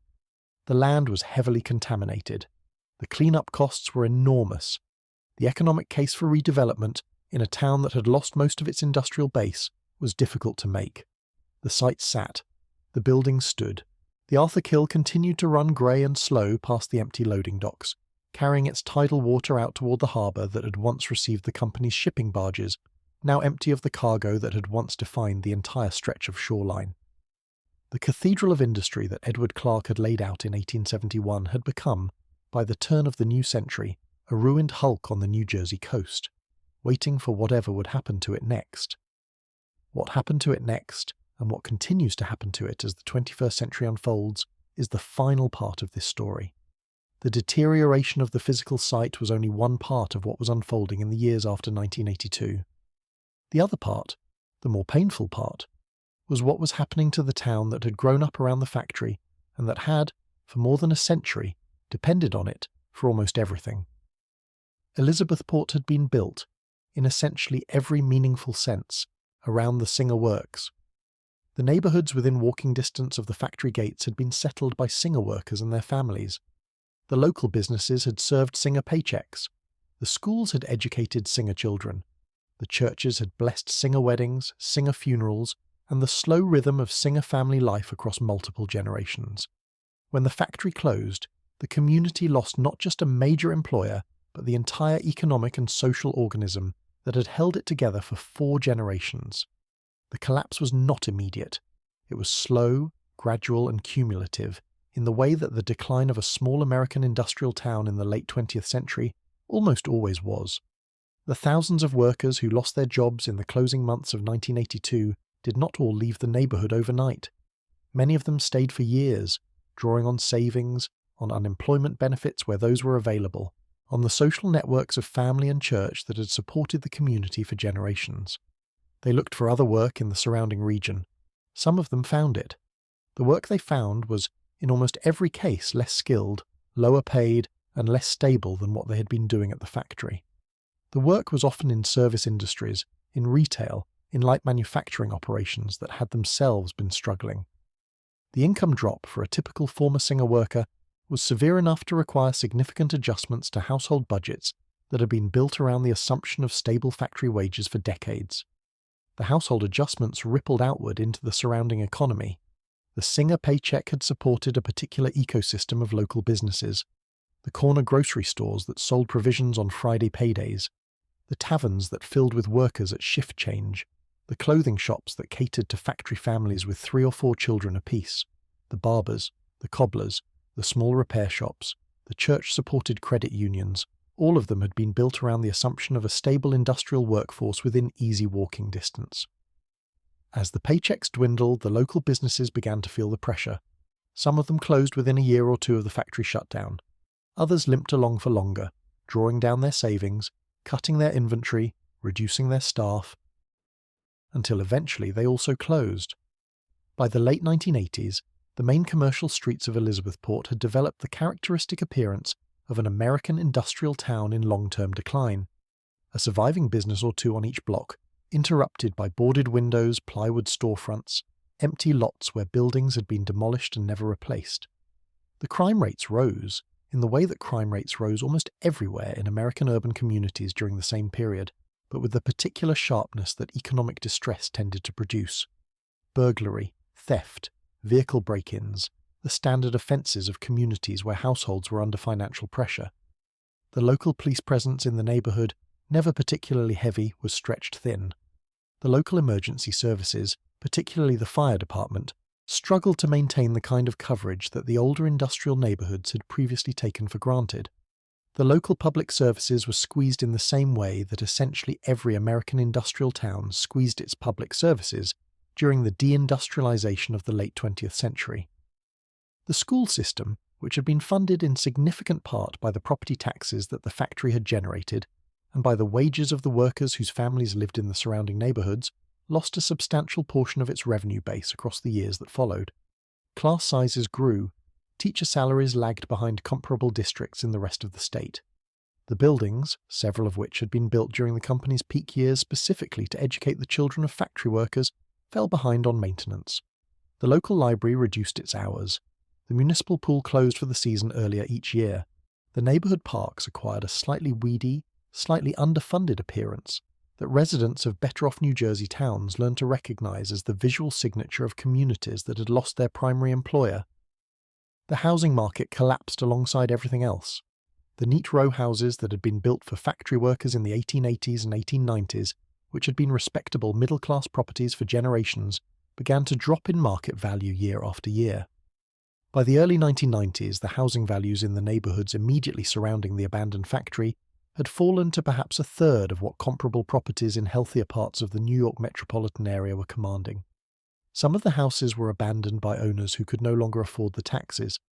Some of them were rented to families who could not afford to maintain them. Some of them sat empty for years, slowly deteriorating in the way that empty houses always deteriorate in damp coastal climates. The Sunday morning view from a passing car along certain streets of Elizabethport in the mid-1990s would have shown an observer something like every 4th house with plywood over its windows, every 3rd lot with overgrown vegetation, and the occasional collapsed porch or fallen-in roof that local authorities had not yet gotten around to demolishing. While the human community was contracting around the empty factory, a different and considerably more invisible problem was unfolding underground.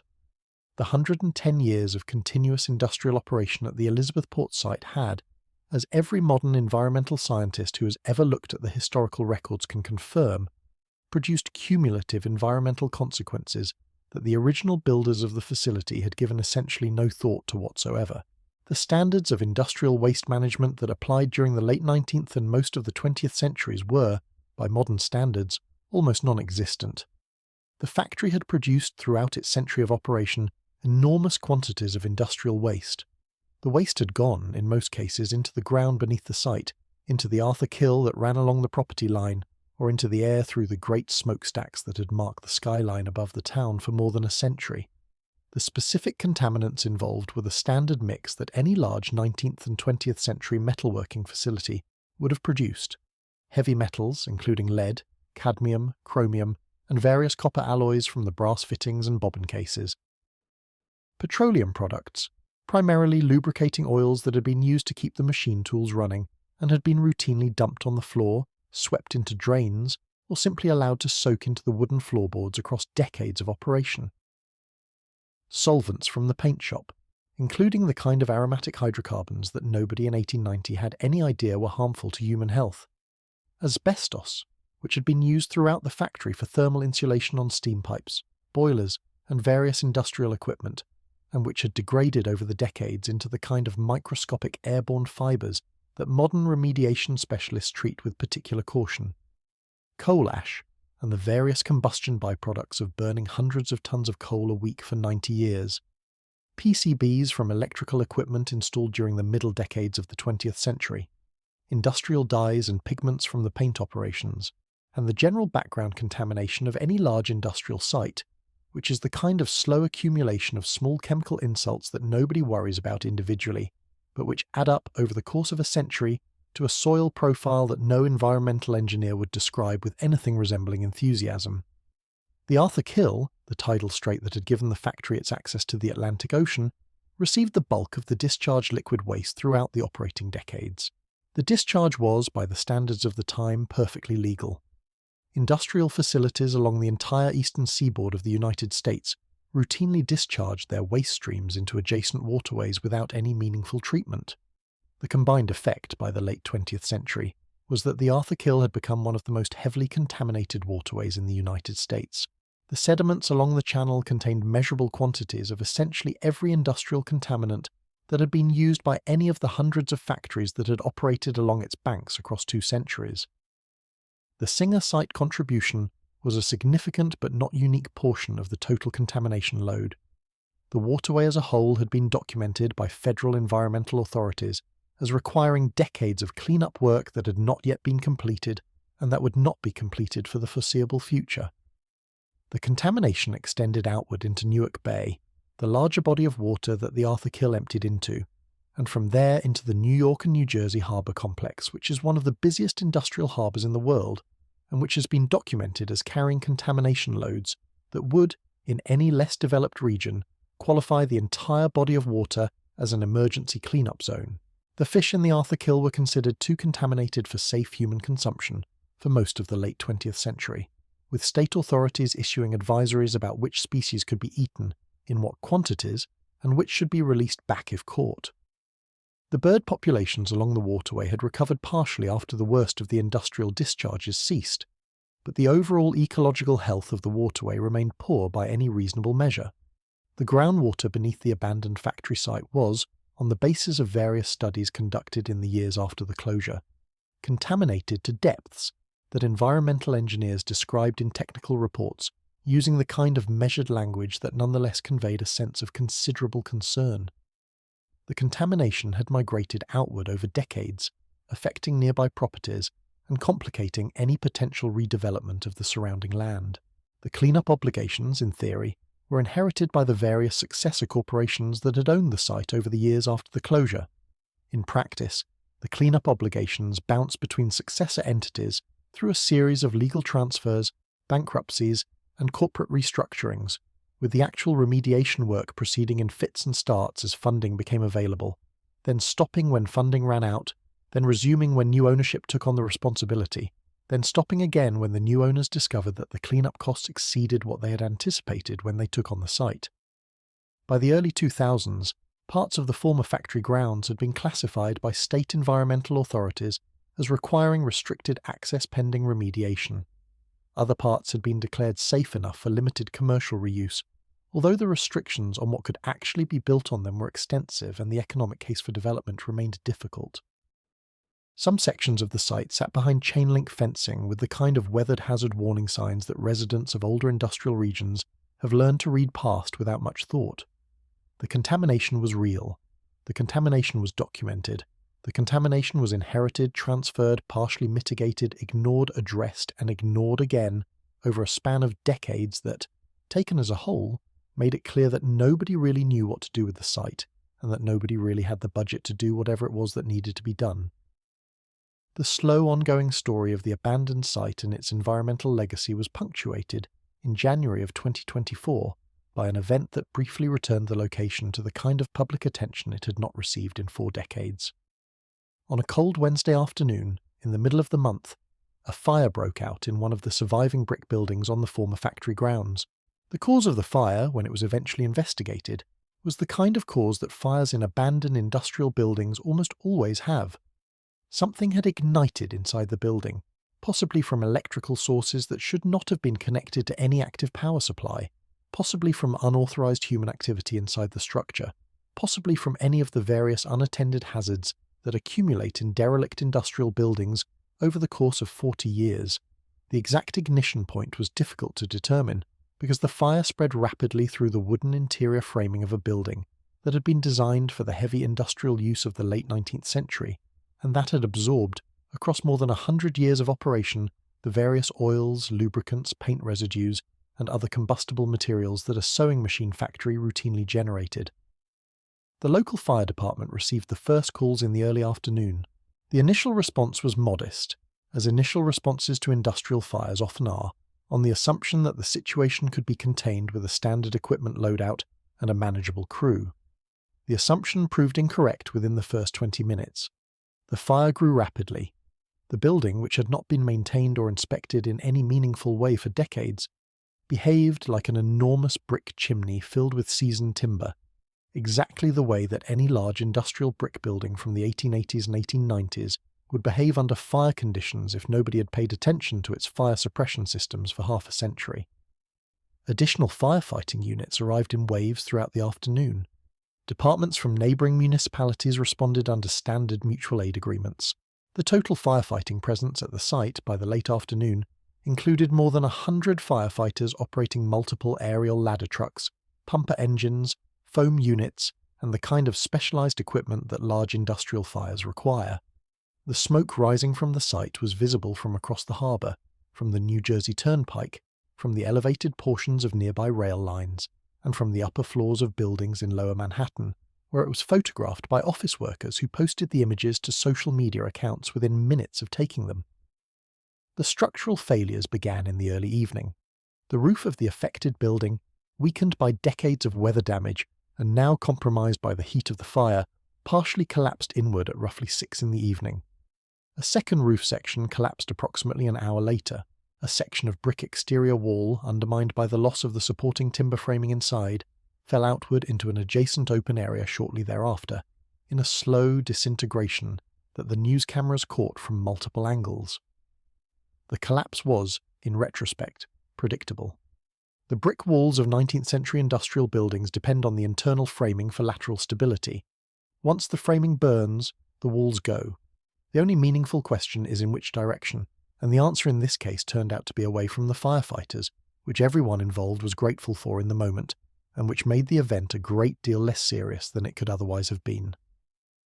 The fire continued through the night. The firefighters worked through the cold in shifts, with hot drinks and warming stations set up at the perimeter to keep the crews functional in conditions that were cold enough to freeze the water from their own hose streams onto every surface within 50 feet of the active fire ground. By the following morning, the worst of the fire was contained, although smouldering hotspots continued to require attention for several days afterward. The damage to the affected building was extensive. 2 roofs were gone. A substantial section of brick wall had collapsed.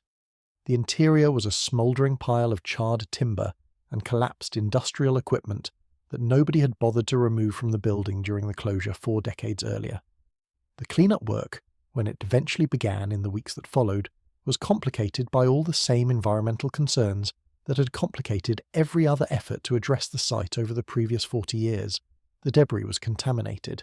The runoff from the firefighting water itself had picked up additional contamination from the burning building and carried it into the surrounding soils and storm drains. The cost of remediation, which had already been considered prohibitive before the fire, now ran higher still. The local authorities issued statements about ongoing investigations, future planning processes, and the long-term disposition of the site. The statements were polite, professional, and entirely consistent with similar statements that had been issued at various points across the previous 4 decades. The site itself, between the statements, continued to sit empty, contaminated, partially burned, and waiting for whatever would happen to it next. In the same months that the fire was being investigated, ordinary consumers around the world continued to purchase Singer-branded sewing machines from major retailers, from online vendors, and from the various commercial channels through which household appliances now reach their final buyers. The machines themselves are assembled in factories in Asia, primarily in mainland China and Vietnam, in facilities owned by various contract manufacturers operating under licensing arrangements with the current brand holders. None of the machines are made in the United States. None of them are made in Britain, where the Great Clydebank Works closed in 1980, 2 years before Elizabethport, in the same general industrial collapse that consumed most of British manufacturing during the same period. None of them are made in any of the countries that originally hosted the company's factories. The continuity between the modern Singer-branded products and the original company that built itself into a global industrial power in the late 19th century is, in any meaningful sense, almost entirely a matter of marketing. The trademark is the same. The font of the logo is the same. The general shape of the machines, on the lower-priced models, even retains certain echoes of the cast-iron designs of the 1880s. The actual industrial enterprise that those echoes refer to, however, has been gone for so long that most people purchasing the modern machines would not be able to give a coherent account of what the brand originally meant or where the original company actually came from. This is, in a strange way, the most ordinary possible ending for a story of this kind. The grand industrial empires of the late 19th and early 20th centuries did not, by and large, survive the cultural and economic shifts of the late 20th century intact. Some of them disappeared entirely. Some of them were absorbed into larger conglomerates that promptly forgot what they had bought. Some of them, like the company we have been following, continued in the form of a recognizable brand name attached to products, manufactured by entities that had no continuity with the original founders. The pattern is so common across the industries of the period that historians of business have developed specific terminology to describe it. The brand outlives the company. The name outlives the institution. The recognizable logo on the box in the discount retailer's appliance section outlives the cathedral of industry that originally produced the goods inside the box, sometimes by decades, sometimes by entire generations. What the story ultimately tells us, beyond the specific factual details of the rise and fall, is something about the temporariness of industrial dominance. The company looked, in its peak years, like it would last forever. The famous Singer Building on Broadway, briefly the tallest building on Earth, was a physical assertion that the company had reached a permanent position at the top of the global industrial order.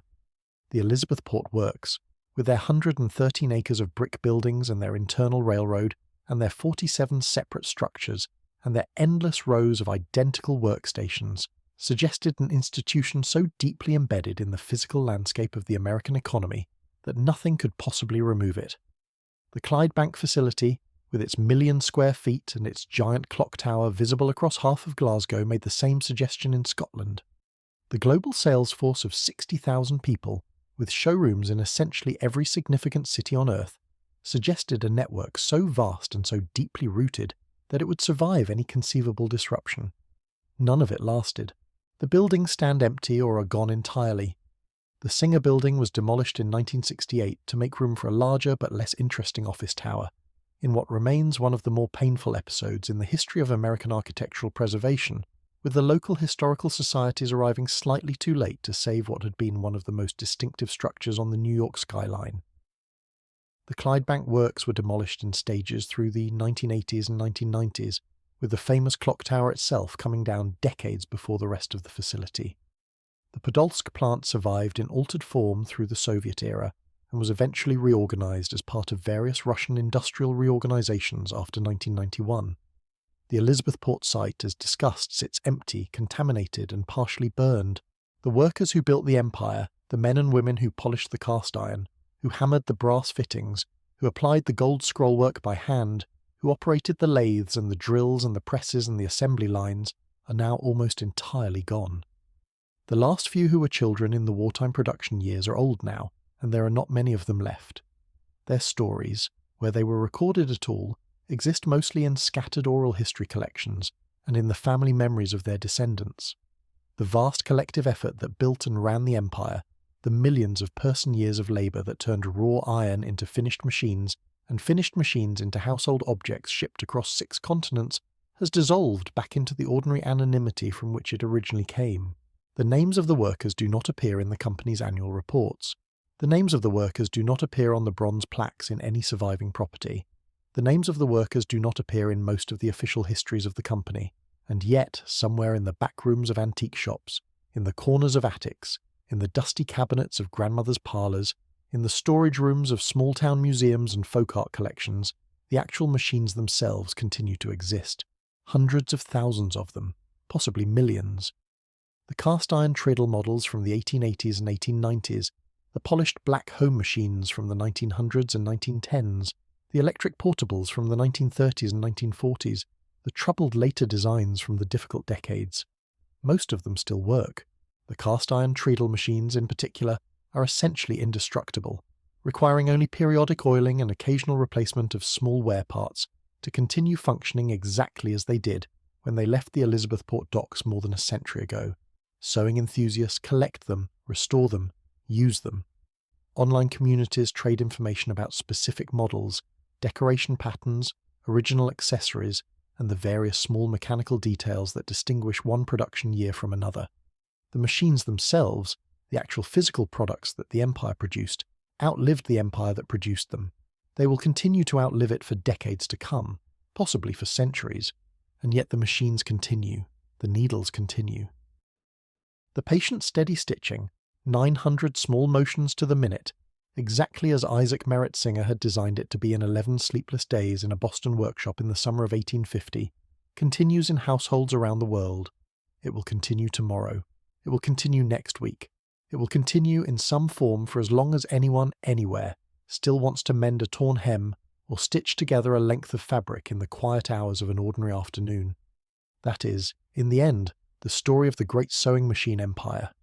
The rise from nothing, the conquest of the world, the slow, long failure, the empty buildings on the Arthur Kill, the fires and the contaminated ground, the brand that survives without the company, the machines that survive without the brand, the patient ongoing motion that survives without anyone really thinking about where it came from or what it once meant to the millions of people who built and ran and depended on the great industrial cathedral that produced it. So as we reach the end of our walk through this long story, with the lights low and the night settled around us, take a moment to think about the curious permanence of small ordinary things, even when the great structures that produced them have crumbled into dust. The world is full of such curiosities.